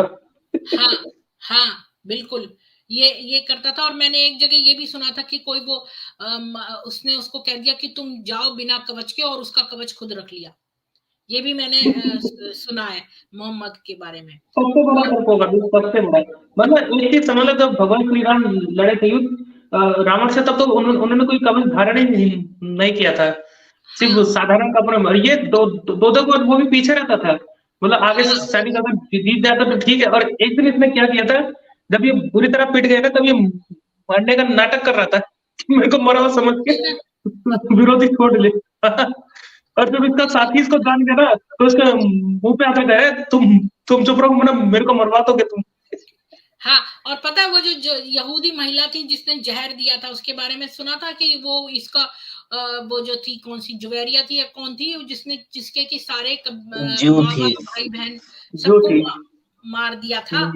तो उसने क्या किया कि जो है खाने में जहर मिला दिया। तो मोहम्मद को जब उसने चबाया तो उसको उसको शोल्डर का जॉइंट बड़ा पसंद था। तो और एक और आदमी था, तो उसने भी खाया। मैंने रेफरेंस में लिखा हुआ है, ये स्लाइड है मेरे पास। तो मोहम्मद ने चबाया और उसने थूक दिया, क्योंकि उसको टेस्ट उसका सही नहीं लगा। तो जिस बंदे ने खा लिया था वो तो मर गया।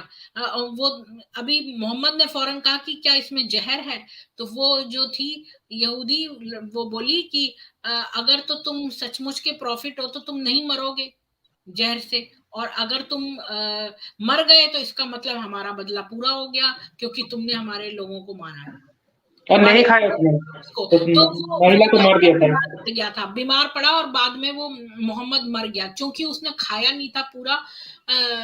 तो इसलिए वो पहले तुरंत नहीं मरा, बल्कि कुछ समय बाद मरा। नहीं, उसमें उसने जी, वो महिला मरते को मार समय दिया भी था उसने। वो मरते समय भी ये कह रहा था, मुझे वो जहर की काट अभी भी गले में महसूस होती है। हाँ, जो मेरी एओर्टा को कट कर रही है।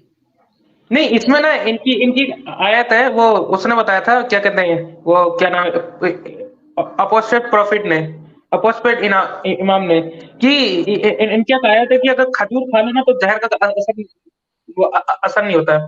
तो मतलब मोहम्मद ने खजूर खाया नहीं था। हम्म, अजीब बात है, ये क्या क्या लिखते हैं। और कहा गया तो उस महिला को मार दिया था मोहम्मद के साथियों ने, उसका गला काट दिया था। और लेकिन फिर भी बच नहीं पाया, मर गया वो आदमी। हाँ, वहां सिर्फ खजूर मिलते हैं तो उसने खजूर लिख दिया। वो जो है ना, वो भेड़ का मीट था, वो खजूर नहीं थे। नहीं, वो उसने कहा था कि अगर खजूर खा लो तो जहर असर नहीं करता, मतलब अच्छा, जहर का काट हो खजूर। ओके, समझ गई। अच्छा, 41, क्या तुमको यह बहुत ना होगा कि अल्लाह तुमको 3000 फरिश्तों का साथ देवे। मंजिल 1 सिपा 4 सूरा 3 और आयत नंबर 123। समीक्षक कह रहा है, जो मुसलमानों को 3000 फरिश्तों के साथ सहायता देता है, तो अब मुसलमानों की बादशाही बहुत सी नष्ट होती और होती जाती है, क्यों सहायता नहीं देता? इसलिए यह बात इनके केवल केवल इनका लोभ मैं एक बात देके मूर्खों को फंसाने के लिए महा अन्याय की है। इनका ये तो इनका मैं बात बताता हूँ। इनका जो स्टोन है ना, इसको जाके चूमते हैं, इसको टॉयलेट में इसको टॉयलेट कर दिया तो फरिश्ता नहीं है। अच्छा, और ये 3000 फरिश्तों की सहायता मिल रही है, पर इनकी तो सारी मुगलियत और ये सारी जो डायनेस्टी वो सब नष्ट हो गई, तब उनके फरिश्ते कहाँ चुनी। हाँ, अच्छा, अब नेक्स्ट देखते हैं। और काफिरों पर हमको सहाय कर, अल्लाह तुम्हारा उत्तम सहायक और कारसाज है। जो तुम अल्लाह के मार्ग में मारे जाओ व मर जाओ तो अल्लाह की दया बहुत अच्छी है। मंजिल 1 सिपा 4 सूरा 3 आयत नंबर 146 और 149 और 156। तो समीक्षक कह रहा है, अब देखिए मुसलमानों की भूल, जो अपने मत से भिन्न है उनको उनके मारने के लिए खुदा की प्रार्थना करते हैं। क्या परमेश्वर भोला है जो इनकी बात मान ले? और यदि मुसलमानों का कारसाज अल्लाह ही है, पहले मेरे को लाइन समझ में नहीं आई। अब देखिए, ये कह रहा है और काफिरों पर हमको सहाय कर। तो अब देखिए मुसलमानों की भूल, जो अपने मत से भिन्न है, यानी जो काफिर हैं, उनको मारने के लिए खुदा की प्रार्थना कर रहे हैं। क्या परमेश्वर भोला है जो इनकी बात मान लेगा? यदि मुसलमानों का कारसाज अल्लाह ही है तो फिर मुसलमानों के कार्य नष्ट क्यों होते हैं? और खुदा भी मुसलमानों के साथ मोह में फंसा हुआ दिख पड़ता है। जो ऐसा पक्षपाती खुदा है तो धर्मात्मा पुरुषों का उपासनीय कभी नहीं हो सकता। बिल्कुल। मतलब काफिरों को मारने के लिए बोल रहे हैं, जबकि काफिरों ने कोई इनका पाप किया ना हो फिर भी। हाँ, बिल्कुल। तो मतलब ये पक्षपाती है, ये तो कोई इंसान का बनाया हुआ लगता है ये सारी बातें। ये कोई ईश्वर की हो ही नहीं सकती जो पक्षपाती हो, कह रहा हो कि काफिरों को मार दो और सहायता हम तुम्हें भेज रहे हैं। तो ये सब बेकार की बातें हैं, ये तो साफ ही पता चल लेकिन रहा है। मुझे ये समझ में नहीं आता, इतना सब कुछ होने के बाद भी मुसलमान इस्लाम को फॉलो कैसे कर लेते हैं? थोड़ा सा दिमाग लगाएंगे तो निकल जाना चाहिए इनको क्योंकि इस्लाम मार से। मार के 7 साल की उम्र से मार मार के उनको 5 बार अजीब अजीब टाइम पे उठा के नमाज पढ़ी, मदरसों में खूब मार पड़ी और मोलेस्टेशन हुई। तो जो है ना वो, एक तो मैं आपको बताती हूँ, क्योंकि ये जो मुसलमान हैं ये इन ब्रीडिंग से पैदा होते हैं, क्यों अपने ही कजन से मैरिज करते रहने से जो है दिमाग में मेंटल रिटार्डेशन हो जाता है। ये इनकी क्षमता दिमाग की उतनी नहीं है जितनी बाकी धर्मों की है, जो अपने ही कजन से मैरिज नहीं करते। तो एक तो इनको मेंटल रिटार्डेशन मिला है अपने जन्म से। दूसरे इनको अलग अलग गंदे गंदे टाइमों पे, बहुत सुबह या बहुत रात को या आधी रात को उठा के नमाज अलग अलग गंदे टाइमों पे पढ़नी पड़ती है। तो इससे ये ना बहुत कम सो पाते हैं। और तीसरी बात यह है कि इनके खानदान बहुत बड़े होते हैं, तो बहुत सारे बच्चे होते हैं, तो इनको पर्सनल अटेंशन नहीं मिलता माँ बाप का, और खाना भी उतने हिसाब से नहीं मिलता। खाली रमजान पे ये लोग फीस्ट करते हैं, पर वैसे इनको इतना खाना नहीं मिलता है।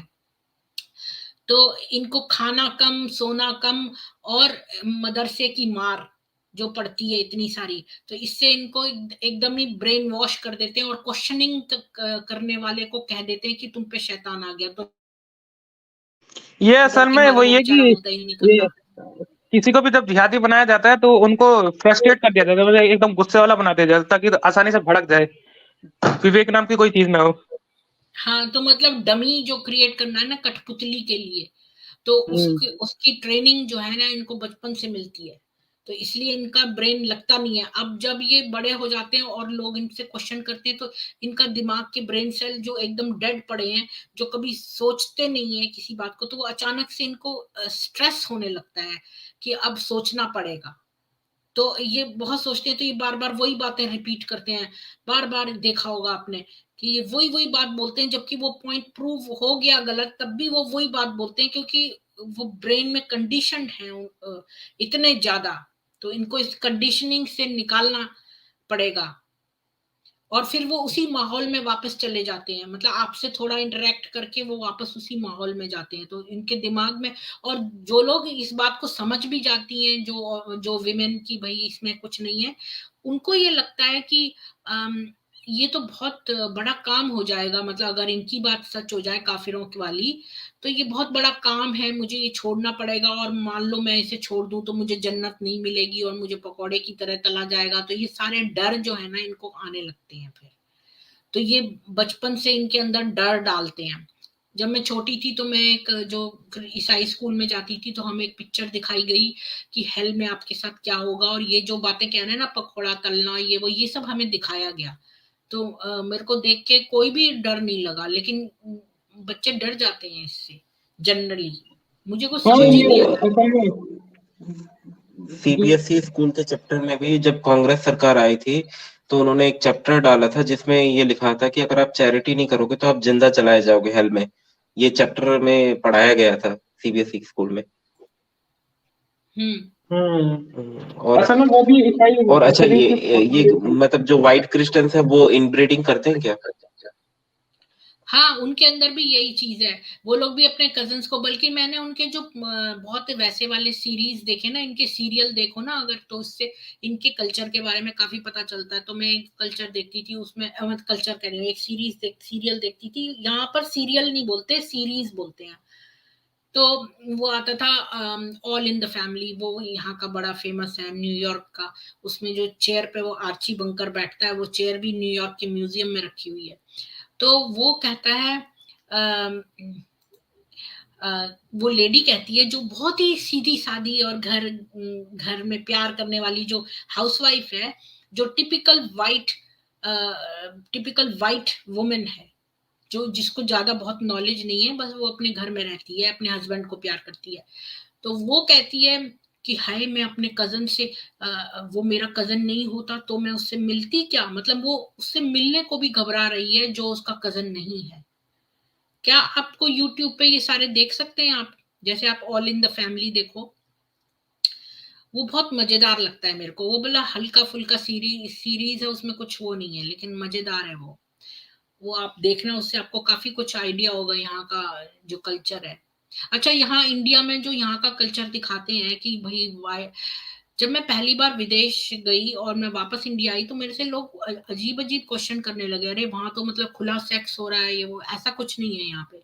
यहाँ की लड़कियां किसी के साथ नहीं सेक्स करती, यहाँ तक कि अपने हस्बैंड के साथ भी नहीं, जब उनका मन नहीं होता तो।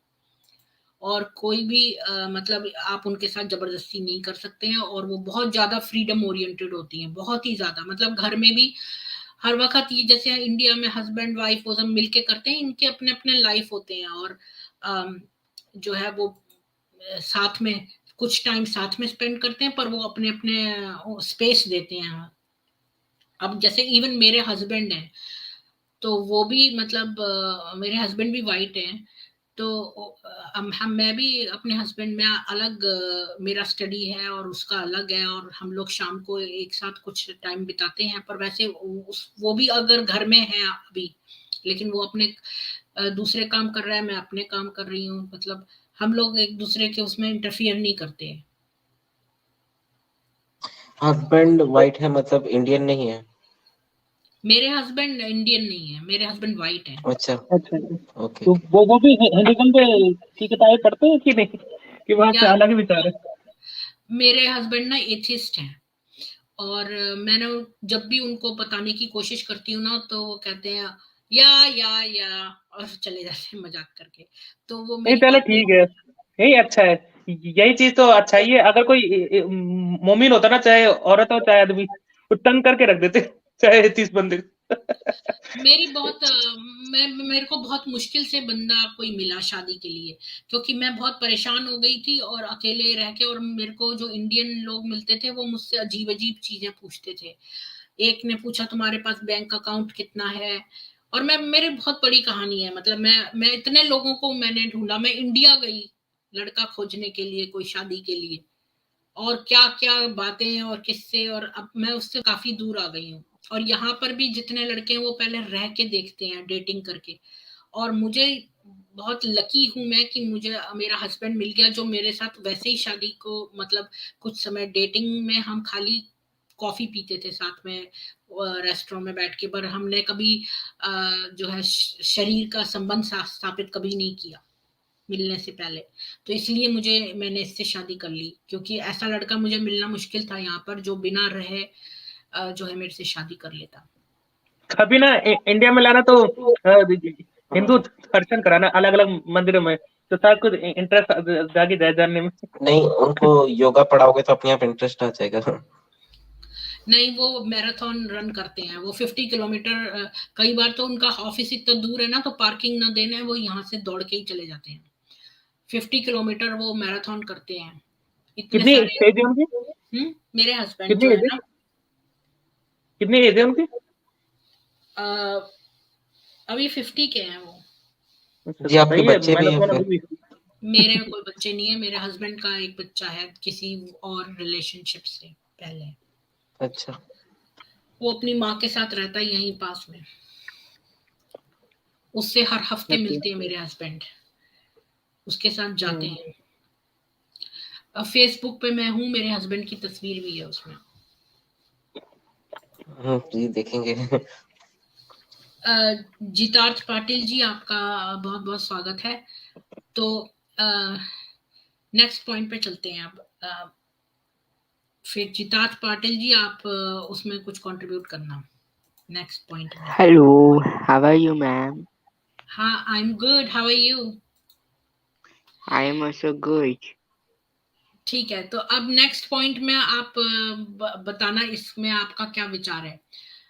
कुरान की आयत है, और अल्लाह तुमको परोक्षज्ञ नहीं करता परंतु अपने पैगंबरों से जिसको चाहे पसंद करे, बस अल्लाह और उसके रसूल के साथ ईमान लाओ। Hello, ma'am.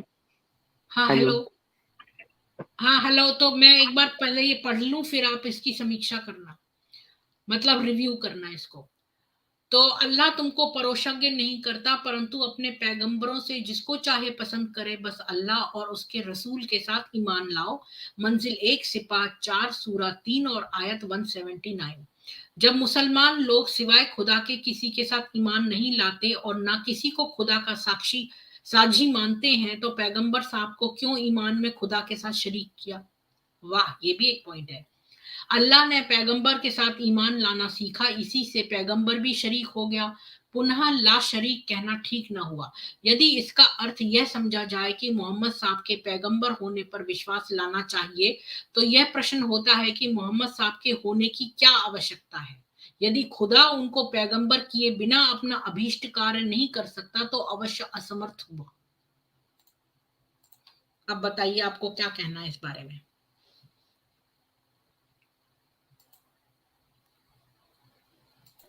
ठीक है जी, अभी आप बताइए पहले। मुझे वो पॉइंट समझ में नहीं आया। अच्छा, वो पॉइंट ये कह रहा है कि इसमें अल्लाह ये कह रहा है, मैं आपको एक बार फिर से दिखा देती हूँ। हाँ, इनकी हिंदी जो है वो ऐसी लिखी होती है कि कुरान की आयत है कि अल्लाह जो है वो तुमको परोक्षज्ञ नहीं करता परंतु अपने पैगंबरों से जिसको चाहे पसंद करे, बस अल्लाह और उसके रसूल पे ईमान लाओ। तो यहाँ पर कुरान की आयत कह रही है कि जो है अल्लाह और उसके रसूल पे ईमान लाओ।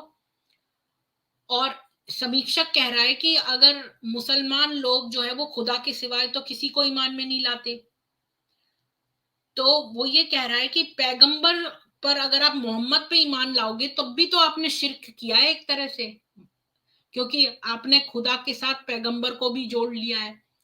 और क्या इनका अल्लाह जो है उसको पैगंबर के साथ ही काम कराना पड़ा, मतलब क्या बिना इस मोहम्मद के भी वो अपने कार्य नहीं कर सकता था? क्या मोहम्मद की होने की क्या आवश्यकता है कि अल्लाह ने पैगंबर के साथ ईमान लाना लिखा, इसी से पैगंबर भी शरीक हो गया। मतलब शिर्क तो हो ही गया क्योंकि अल्लाह के साथ तुमने पैगंबर जोड़ दिया। अब पुनः ला शरीक कहना ठीक ना हुआ, तो मतलब उसमें ऑलरेडी वो शरीक है। जैसे ये कहते हैं ना कि खुदा के साथ किसी को, अल्लाह के साथ किसी को शिर्क मत करो, किसी को शरीक मत करो, पर उसके साथ तो ऑलरेडी मोहम्मद जुड़ा हुआ है, तो मोहम्मद के साथ तो शिर्क हो ही गया है। तो अब तुम ये कैसे कह सकते हो? और अगर तुम ये समझा जाए कि मोहम्मद साहब के पैगंबर होने पर आप विश्वास लाओ, तो प्रश्न ये है कि मोहम्मद साहब के होने की आवश्यकता ही क्या है, मतलब मोहम्मद की जरूरत ही क्या थी? क्या बिना जो है वो पैगंबर के खुदा के अंदर क्या इतनी कैपेबिलिटी नहीं थी कि वो अपना काम खुद ही करवा लेता? उसको पैगंबर की जरूरत क्या पड़ी? ये है क्वेश्चन। तो मतलब यही होगी कि पैगंबर के बिना अल्लाह की भी हैसियत नहीं है, तभी नहीं, तो ये हाँ, जैसे ये कहते हैं ना कि खुद अल्लाह में किसी को शरीक मत करो, तो ऑलरेडी उसमें मोहम्मद शरीक है, तो तुमने ये कैसे कह दिया कि अल्लाह में किसी को शरीक मत करो? पहला पॉइंट तो ये है। और तो दूसरी भाई बात ये कि अगर तुम मोहम्मद पर विश्वास लाओ तो क्यों लाओ? कि मोहम्मद की जरूरत ही क्या पड़ी ईश्वर खुदा को? मोहम्मद पे विश्वास, अगर अगर मोहम्मद को कुछ कह दिया तो सरतर से जुदा, और लेकिन अल्लाह को कुछ कह दिया तो उसमें माफ कर देते, लेकिन मोहम्मद को कहने पे नहीं करते, तो मोहम्मद बड़ा हो गया असल में अल्लाह से। हाँ, जी, इसका मतलब मतलब ये है कि मोहम्मद कह रहा है कि मुझ पे भी ईमान लाओ, मेरी बात भी सुनो। अल्लाह के हाँ, साथ साथ मेरी बात भी सुनो, क्योंकि वो खुद पैगंबर था। और मुझे हाँ, एक चीज ये लगता है कि जहाँ पे योगा और मेडिटेशन नहीं है ना, वो रिलीजन सच्चा नहीं हो सकता, क्योंकि मेडिटेशन तो कोर फिलॉसफी है गॉड से कनेक्ट करने की। अगर कोई गॉड दूसरी सिविलाइजेशन को भी देगा तो मेडिटेशन नॉलेज पक्का देगा। तो जहाँ पे मेडिटेशन ना हो वो वहां पे खुदा नहीं हो सकता, ये सब झूठ है मुझे लगता है। ये भाई, ये कोई मेडिटेशन वाला रिलीजन है ही नहीं, ये लूटपाट करने वाला है असल में। देखा जाए तो इनमें ये चीज भरी है, आपको 72 हूर मिलेगी, लूटपाट करोगे, ये करो, काफिरों को मारो बस। मतलब मेडिटेशन जो है वो गॉड का कोर नॉलेज है।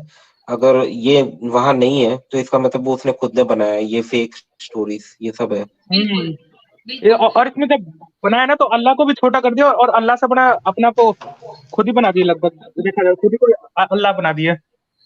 हाँ, और क्वेश्चन टेक्निकली एक बात गलत है कहना कि अल्लाह के साथ किसी को शिर्क मत करो, क्योंकि शिर्क तो ऑलरेडी हो गया है, क्योंकि मोहम्मद ऐड हो गया उसमें। तो अब ये जी बात जी कहना जी टेक्निकली रॉन्ग है कि जो है वो अल्लाह के साथ शिर्क मत करो, क्योंकि मोहम्मद ऑलरेडी उसमें अटैच्ड है। और दूसरी बात ये कि मोहम्मद की कोई आवश्यकता ही नहीं थी, खुदा सबको वैसे ही अपना उपदेश दे सकता था। तो खुदा मोहम्मद के पैगंबर आने की क्या जरूरत थी? जो यही चीज। एक मैंने कार्टून देखा था, उसमें था कि एक तलवार लिए मोमिन था, शायद वो मोहम्मद थे, वो शिव करना ये चाहते थे, और वो तलवार लेके दूसरे से कह रहा था कि obey the message of Allah, obey the message of अल्लाह। कहते what is the message of Allah? Obey the messenger. हाँ, हाँ, यानी हाँ। आप मैसेज यानी कि जी अपने लिए ही बोलना, ये जी, बहुत तो ये मैंने देखा था, what is the message of God? Obey the messenger. हाँ, बिल्कुल आपने जड़ पकड़ ली इसकी। मोहम्मद ये जी चाहता था कि वो अगर सबको कहता कि मैं पैगंबर हूँ तो लोग नहीं मानते, तो उसने एक हम्म अल्लाह फिक्टिशियस क्रिएट किया ये कहलवाने के लिए कि तुम मुझे मानो। हाँ, कि मतलब अल्लाह क्या, अल्लाह की बात मानो, अल्लाह की बात मानो। अच्छा भाई, अल्लाह क्या मानता है? अल्लाह ये कहता है कि मेरी बात मानो। हाँ, हाँ, ये तो बहुत वो ही चीज़ है। धूर्तता की हद है। जी, जी। और जो आप कमेंट्स कह रही थी ना, अपने हस्बैंड को बता रही थी, हमारे यहाँ तो जस्ट अपोज़िट है। हमारे यहाँ तो हम लोग हमेशा, मतलब हमेशा नहीं, लड़ते हैं एक-दूसरे की। कुछ चीज़ें जैसे एक-दूसरे की अच्छी नहीं लगती तो उस चीज़ को लेके हम लोग लड़ते भी हैं, लेकिन ये है ना, एक आदत है साथ रहने की। एक आदत नहीं हो जाती, एक कहते हैं वो, क्या कहते हैं कि एक-दूसरे की जैसे हैबिचुएटेड, हैबिचुएटेड। हाँ, हाँ। अब शाम को ये नहीं आते हैं ना, तो 10 बार मेरा फ़ोन जाएगा, या हम किसी काम से निकल जाएँगे, मैं एक्चुअली राइट टाइम पे नहीं हूँ, तो 10 बार उनका फ़ोन आएगा, फिर चाहे मैं स्कूटी चला रही हूँ और रिंग पे रिंग आता रहेगा। हमने कहा लगता है ये कहते नहीं, वो क्या कहावत होती है कि जैसे आदत लग जाना नहीं होती है, वो हो गया है जैसे। हाँ, एक दूसरे के सेंटेंस खत्म करना, ये वो। नहीं, भारत में हाँ, देखा जाए हाँ, तो हाँ। यही है कि जो भारत के यही है। लोग हैं या फिर वो कभी है। कभी तो इसका सही बहुत कह रहे, सही कह याद आता रहे। है। मेरे अब जैसे पेरेंट्स मेरे का, मेरा कोई भी नहीं है। मेरे पेरेंट्स की डेथ हो गई है और मेरा कोई भी नहीं है, तो मुझे इस बात से बहुत लोनलीनेस लगता है। मेरे हस्बैंड जो है बस वही है मेरे जीवन में, और कुछ भी नहीं है। और मेरे हस्बैंड के साथ मेरी कोई वो इतनी वो नहीं है, जैसे आप कह रही है ना आपकी वो आपको बार बार रिंग करते हैं, मेरे हस्बैंड नहीं करते मेरे को। कोई बहुत ही कोई काम आ जाएगा ना तभी फोन करेंगे, वैसे कोई ऐसा नहीं है कि वो मुझे घड़ी घड़ी फोन करे वो करे, ऐसा इतनी नहीं, वो नहीं है। नहीं। हमारे यहाँ यहाँ मैम यहाँ ये चीज हो जाती है ना, एक दूसरे की जैसे अब हमारे 2 बच्चे हैं, तो एक नीड हो जाती है कि भाई कहाँ गई है, अभी आई नहीं। एक तो ये यहाँ के जो रोड्स हैं इससे भी बहुत डरते हैं, उनको लगता है ऐसा तो नहीं कि कुछ गिर गई है क्या है, तो अगर हम जरा लेट होते हैं तो उनका फोन पे फोन होता है, यहाँ तक कि हाँ, मुझे वो तो साइड है। कराओ मैं तो अगर लेट होती हूँ तो मेरे हस्बैंड का भी आता है, लेकिन बच्चे के साथ बॉन्डिंग हो जाती है हस्बैंड वाइफ में हाँ ज्यादा। हाँ और चूंकि तो मेरा कोई बच्चा नहीं है ना, तो इसलिए उस टाइप की बॉन्डिंग नहीं है, लेकिन हम एक दूसरे की केयर करते हैं। नहीं और वो जैसे बच्चे बड़े भी हो जाएंगे तो भी ये कहते हैं एक हमारे यहाँ इंडियन कल्चर में है आदत लग जाना एक दूसरे की, हाँ, ये बहुत ये चीज हो जाती है ना एक दूसरे की, मतलब हम लोग एक दूसरे की गलतियों के साथ स्वीकार करना शुरू कर देते हैं। हमारी कुछ कमियां हैं, मैं ये नहीं कहूंगी आई एम परफेक्ट वुमन, उनकी भी कमियां हैं। अब जैसे उनको मेरा ऑनलाइन होने में बहुत गुस्सा करते हैं, कहते अच्छा, ऑनलाइन मत होगा कहते अब स्ट्रीम में, अभी थोड़ी देर पहले यहाँ थी अब स्ट्रीम में चली गई, अभी थोड़ी देर बाद आएंगे कहेंगे मुझे ये काम करना वो काम करना, सो जाएंगे तो ये चीज हो जाती है। और कभी कभी हमारा उनका जैसे अब वो है, वो निकल गए, हमें बताया नहीं, हमें इन्फॉर्म नहीं किया, तो वापस आएंगे तो हम जरूर बताएंगे कि मतलब इन्फॉर्म करके जाना चाहिए था ना, ऐसे कैसे चले गए बिना अच्छा। बताए। मेरे हस्बैंड तो बड़े खुश हैं। तो मेरे हस्बैंड ना 12 आवर शिफ्ट करते हैं और उनको काफी छुट्टियां भी मिलती हैं बीच में। तो अभी ऑफ है, वो अभी अपने कमरे में है, तो वो इस बात से बड़े निश्चिंत हैं कि मैं आके उनको डिस्टर्ब नहीं करूंगी, क्योंकि वो अपना शो देखते हैं। उनके अपने कुछ शो है, मेरे कुछ अपने शो हैं, और हम दोनों के इकट्ठे वाले शो अलग हैं।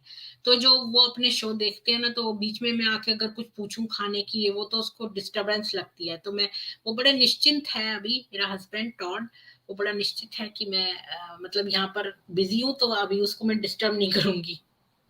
अच्छा हमारे यहाँ तो उल्टा है मैम, हमारे यहाँ अगर हम इनको डिस्टर्ब नहीं करेंगे तो ये फिर आके कहेंगे क्या बात है मुझसे नाराज हो क्या, मतलब या कोई हाँ, बात हो गई है या घर में झगड़ा हो गया क्या, मुझसे गुस्सा हो शुरू शुरू में मतलब मेरे साफ को साफ है। भी ऐसा लगता था, पता है, कि मैं काश काश मुझे ऐसा लगता था कि मतलब लव की कमी है, पर यहाँ पर सबका नेचर इस टाइप का है। तो मैं अब ऐसा बुरा नहीं मानती, बल्कि मुझे खुशी होती है। थोड़ा मेरे को अपनी स्पेस चाहिए, हर वक्त कोई पीछे लगा रहा है तो मुझे अब अनोयंस होने लगती है।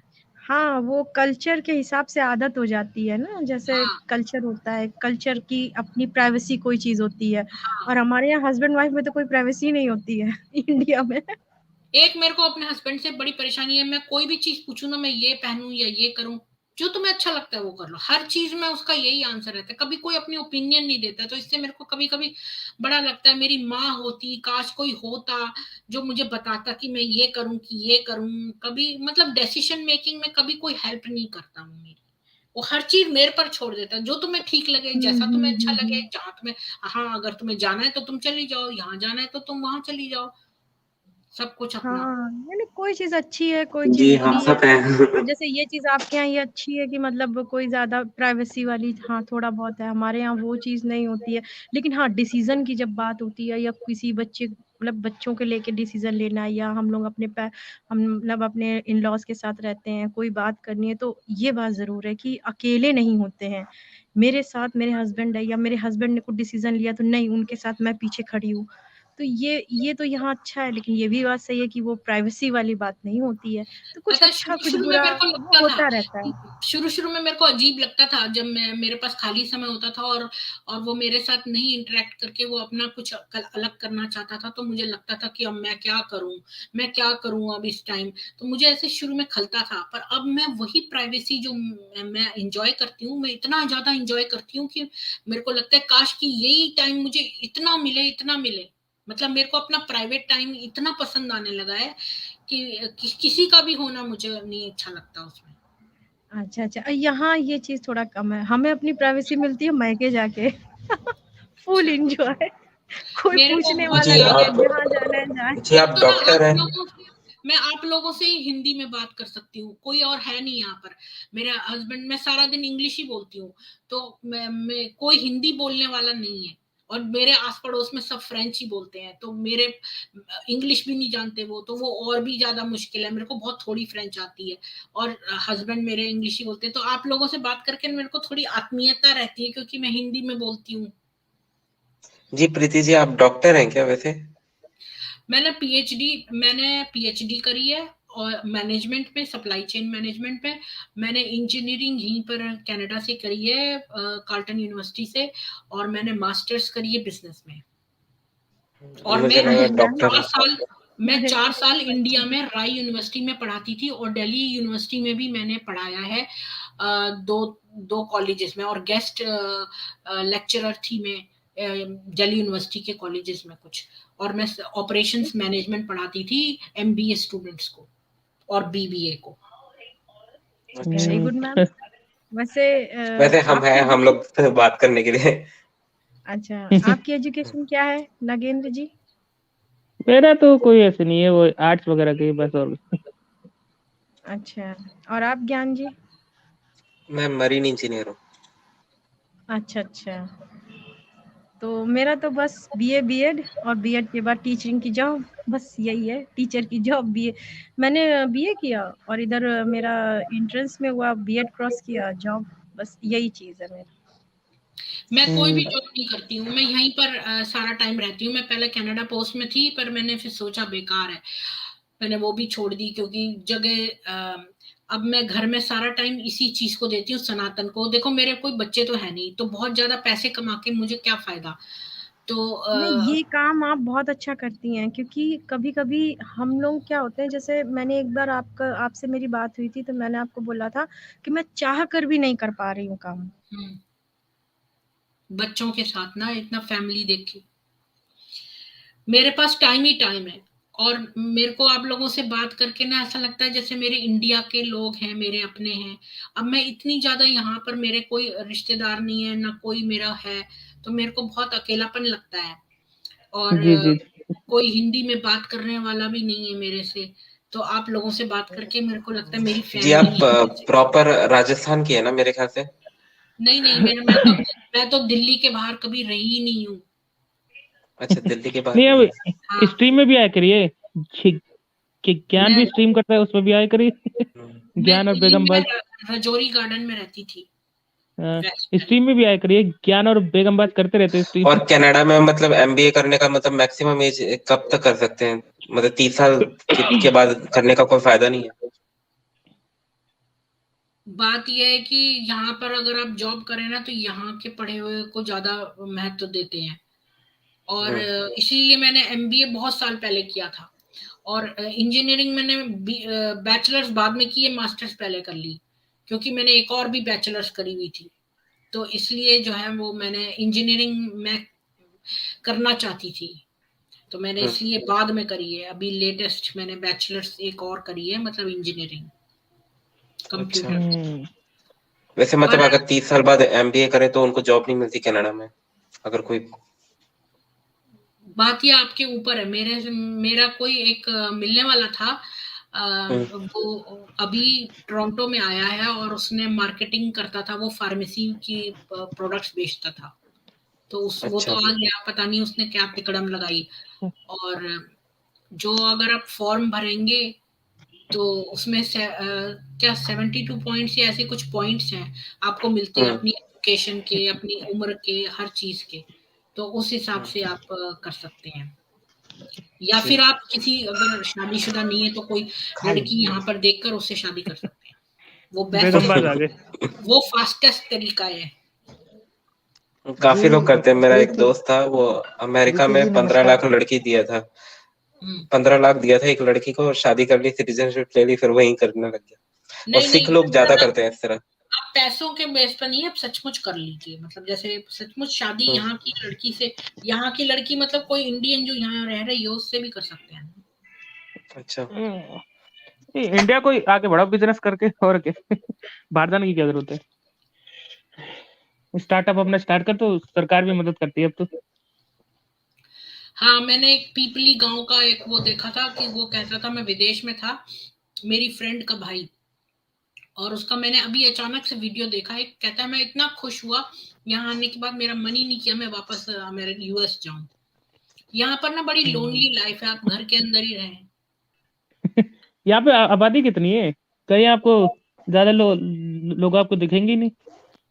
प्रीति जी नमस्कार। और नमस्ते। मैंने आपका एक इंटरव्यू रखा है अपने चैनल पे। अच्छा तो जी, तो आप ना कंपेयर करना वो मैं जो कह रहा था ना आपको कि भाई इसमें जो जरूरी वो निकाल लो आप पॉइंट्स, और उनको एक साइड कर लो आप, और उनको किसमें साइड किसमें दोबारा से बताना, दोबारा से। सत्यार्थ प्रकाश में से ही। अच्छा हाँ हाँ हाँ हाँ हाँ। हाँ, मैंने आपको बताया बोला था इसके लिए। और आपका ये इंटरव्यू रखेंगे एक संडे में रखूं मैं, बताओ आपके कंफर्टेबल टाइम के हिसाब से रखूंगा।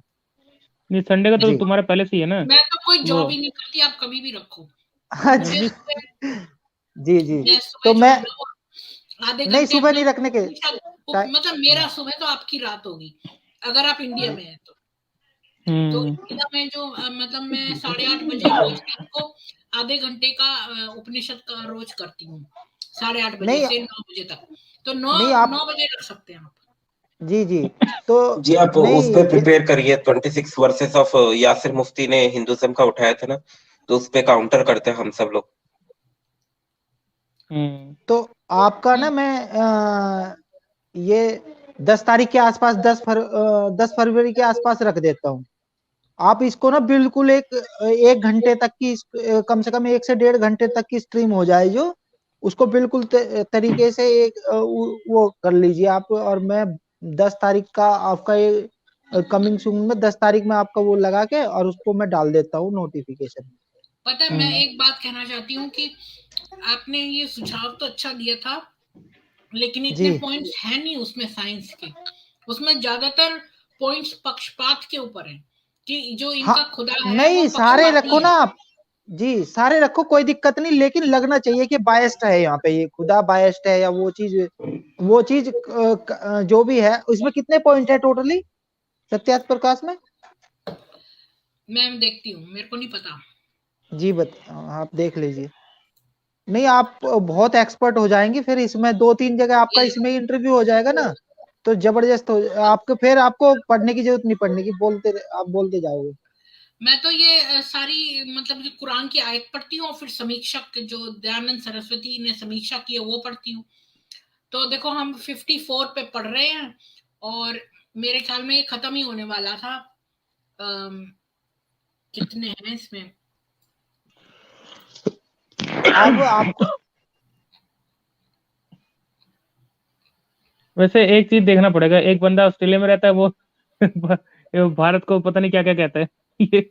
और आप देखो वो उससे उससे बढ़िया काम कर कनाडा रहे हैं, में भी मतलब रहती है मुझसे ना चुनाव मैली अटक जी। रहे हैं। अरे वो तो कुछ नहीं है, ना कुरान जानते ना कुछ करते करते, बस आते ही सबको गाली देने बस, कि सचिवालय को गाली, कभी उस्मा को गाली, कभी किसी और को, तुषार कौन? करण को आप जी आप माली टोटल सरकारी। प्रीति जी 50 कर लीजिए, 50 पॉइंट्स कर इसमें लीजिए आप। इसमें 59 है टोटल। हाँ तो 50 में जो है ना, जो 50 पॉइंट ऐसे कर लीजिए जो जिनको आप आसानी से समझा सको, मतलब एक्सप्लेन कर सको, जो आपकी भी समझ में आ रहा है, और आप जो आपकी समझ में आ जाएंगे वो आप आसानी से एक्सप्लेन कर सकते हो। तो वो ये देखो ये है ना 59 पॉइंट्स हैं टोटल सत्यार्थ प्रकाश में। जी 50 कर लो या फिर 40 कर लो। आप 40 निकाल लो इसमें से, जो ऐसे निकाल लो बहुत ही अच्छे वाले तो 40 अभी पॉइंट्स। भी तो हम कर रहे हैं, तो वो ठीक नहीं है क्या जो अभी हम कर रहे हैं? नहीं, मैं क्या कह रहा हूँ कि हम ना इसमें ना बहुत समझाने में टाइम लग जाता है, फिर आप एक्सपर्ट हो जाएगी ना, फिर आप ये बताया करोगी उसमें से उसका वो मतलब, अच्छा जैसे ये बताते हैं एक्स मुस्लिम नहीं बताते तुरंत, वो उन्हें खोलने की जरूरत नहीं पड़ती, वो तुरंत बता देते हैं आपको। अब यही ना बिल्कुल सत्यार्थ प्रकाश में ही आपने आपने पढ़ लिया ये। अब इसमें आप बस और कुछ ना देखना, और इधर उधर कहीं नहीं जाना है, आप इसमें ही एक्सपर्ट हो जाओ।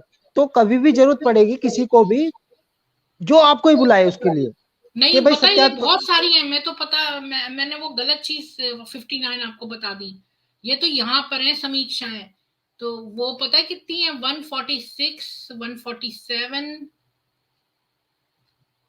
वो मैंने गलत आपको बता दिया था।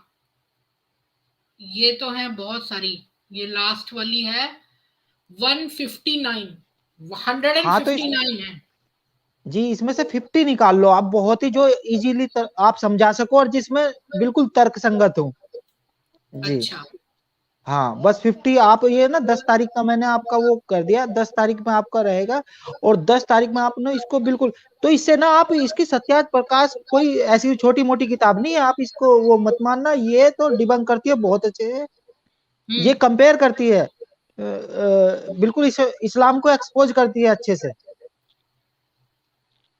तो हम ये मतलब मैं ये जो सत्यार्थ प्रकाश की समीक्षाएं कर रही हूँ हर एक पॉइंट की, तो ये ना करूँ, इसे बंद कर दूं, मतलब नहीं नहीं नहीं, इसमें से अभी आप निकाल इसको, दूं जो।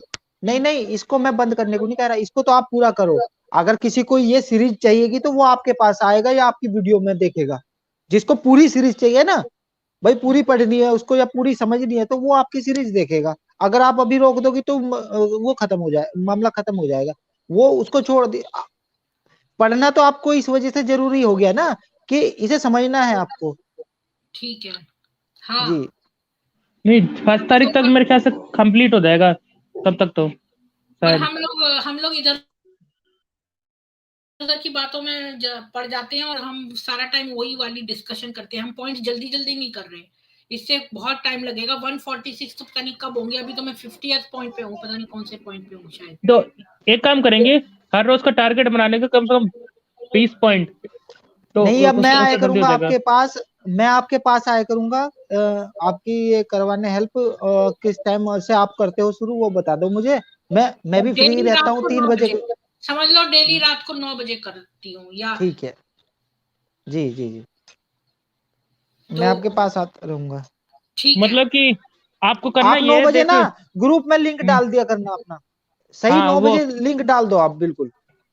जी वो ठीक भी है, कर सकते हो, फतवा आलमगीरी हिंदी में आ गई है किताब, तो उस पे भी आप मेरे कर पास है सकते हैं। नहीं वो है नहीं नहीं वो मेरे मैं पास। आपको दे देता हूँ टेलीग्राम में, मेरे पास है। हम्म, वो अच्छा, तो मेरे हो को जाएगा। आप दे देना। आप रमेश ना प्रताप सिंह, आपको राम राम। रोज, तो मेरा ईमेल है ना आप लोगों के पास? है जी जी, है, वो तो मेरे उसमें आ मेरे जाएगा, पास है आपका। टेलीग्राम में हो जाएगा। और वो सब कुछ हमारी बातें टेलीग्राम में भी हो जाएंगी जो भी। अच्छा, आप ना कम से कम रोज 20 पॉइंट अगर करेंगे ना आपको, बट तो जल्दी जल्दी हो जाएगा और जल्दी जल्दी लोग समझ भी लेंगे। और जो बाकी बातें हैं, वो बैक नहीं नहीं स्टेज में हो नहीं, जाया ऐसे करेगी। नहीं होता, ऐसे नहीं, आप समझा के अच्छे से ही करो उसको, क्योंकि आपका एक कोर्स बन रहा है ये वीडियो में, इससे पहले किसी के पास ये कोर्स नहीं है पूरी सत्यार्थ ये प्रकाश मैं वाला जो पॉडकास्ट जी। एंड कर देती हूँ, तो फिर हम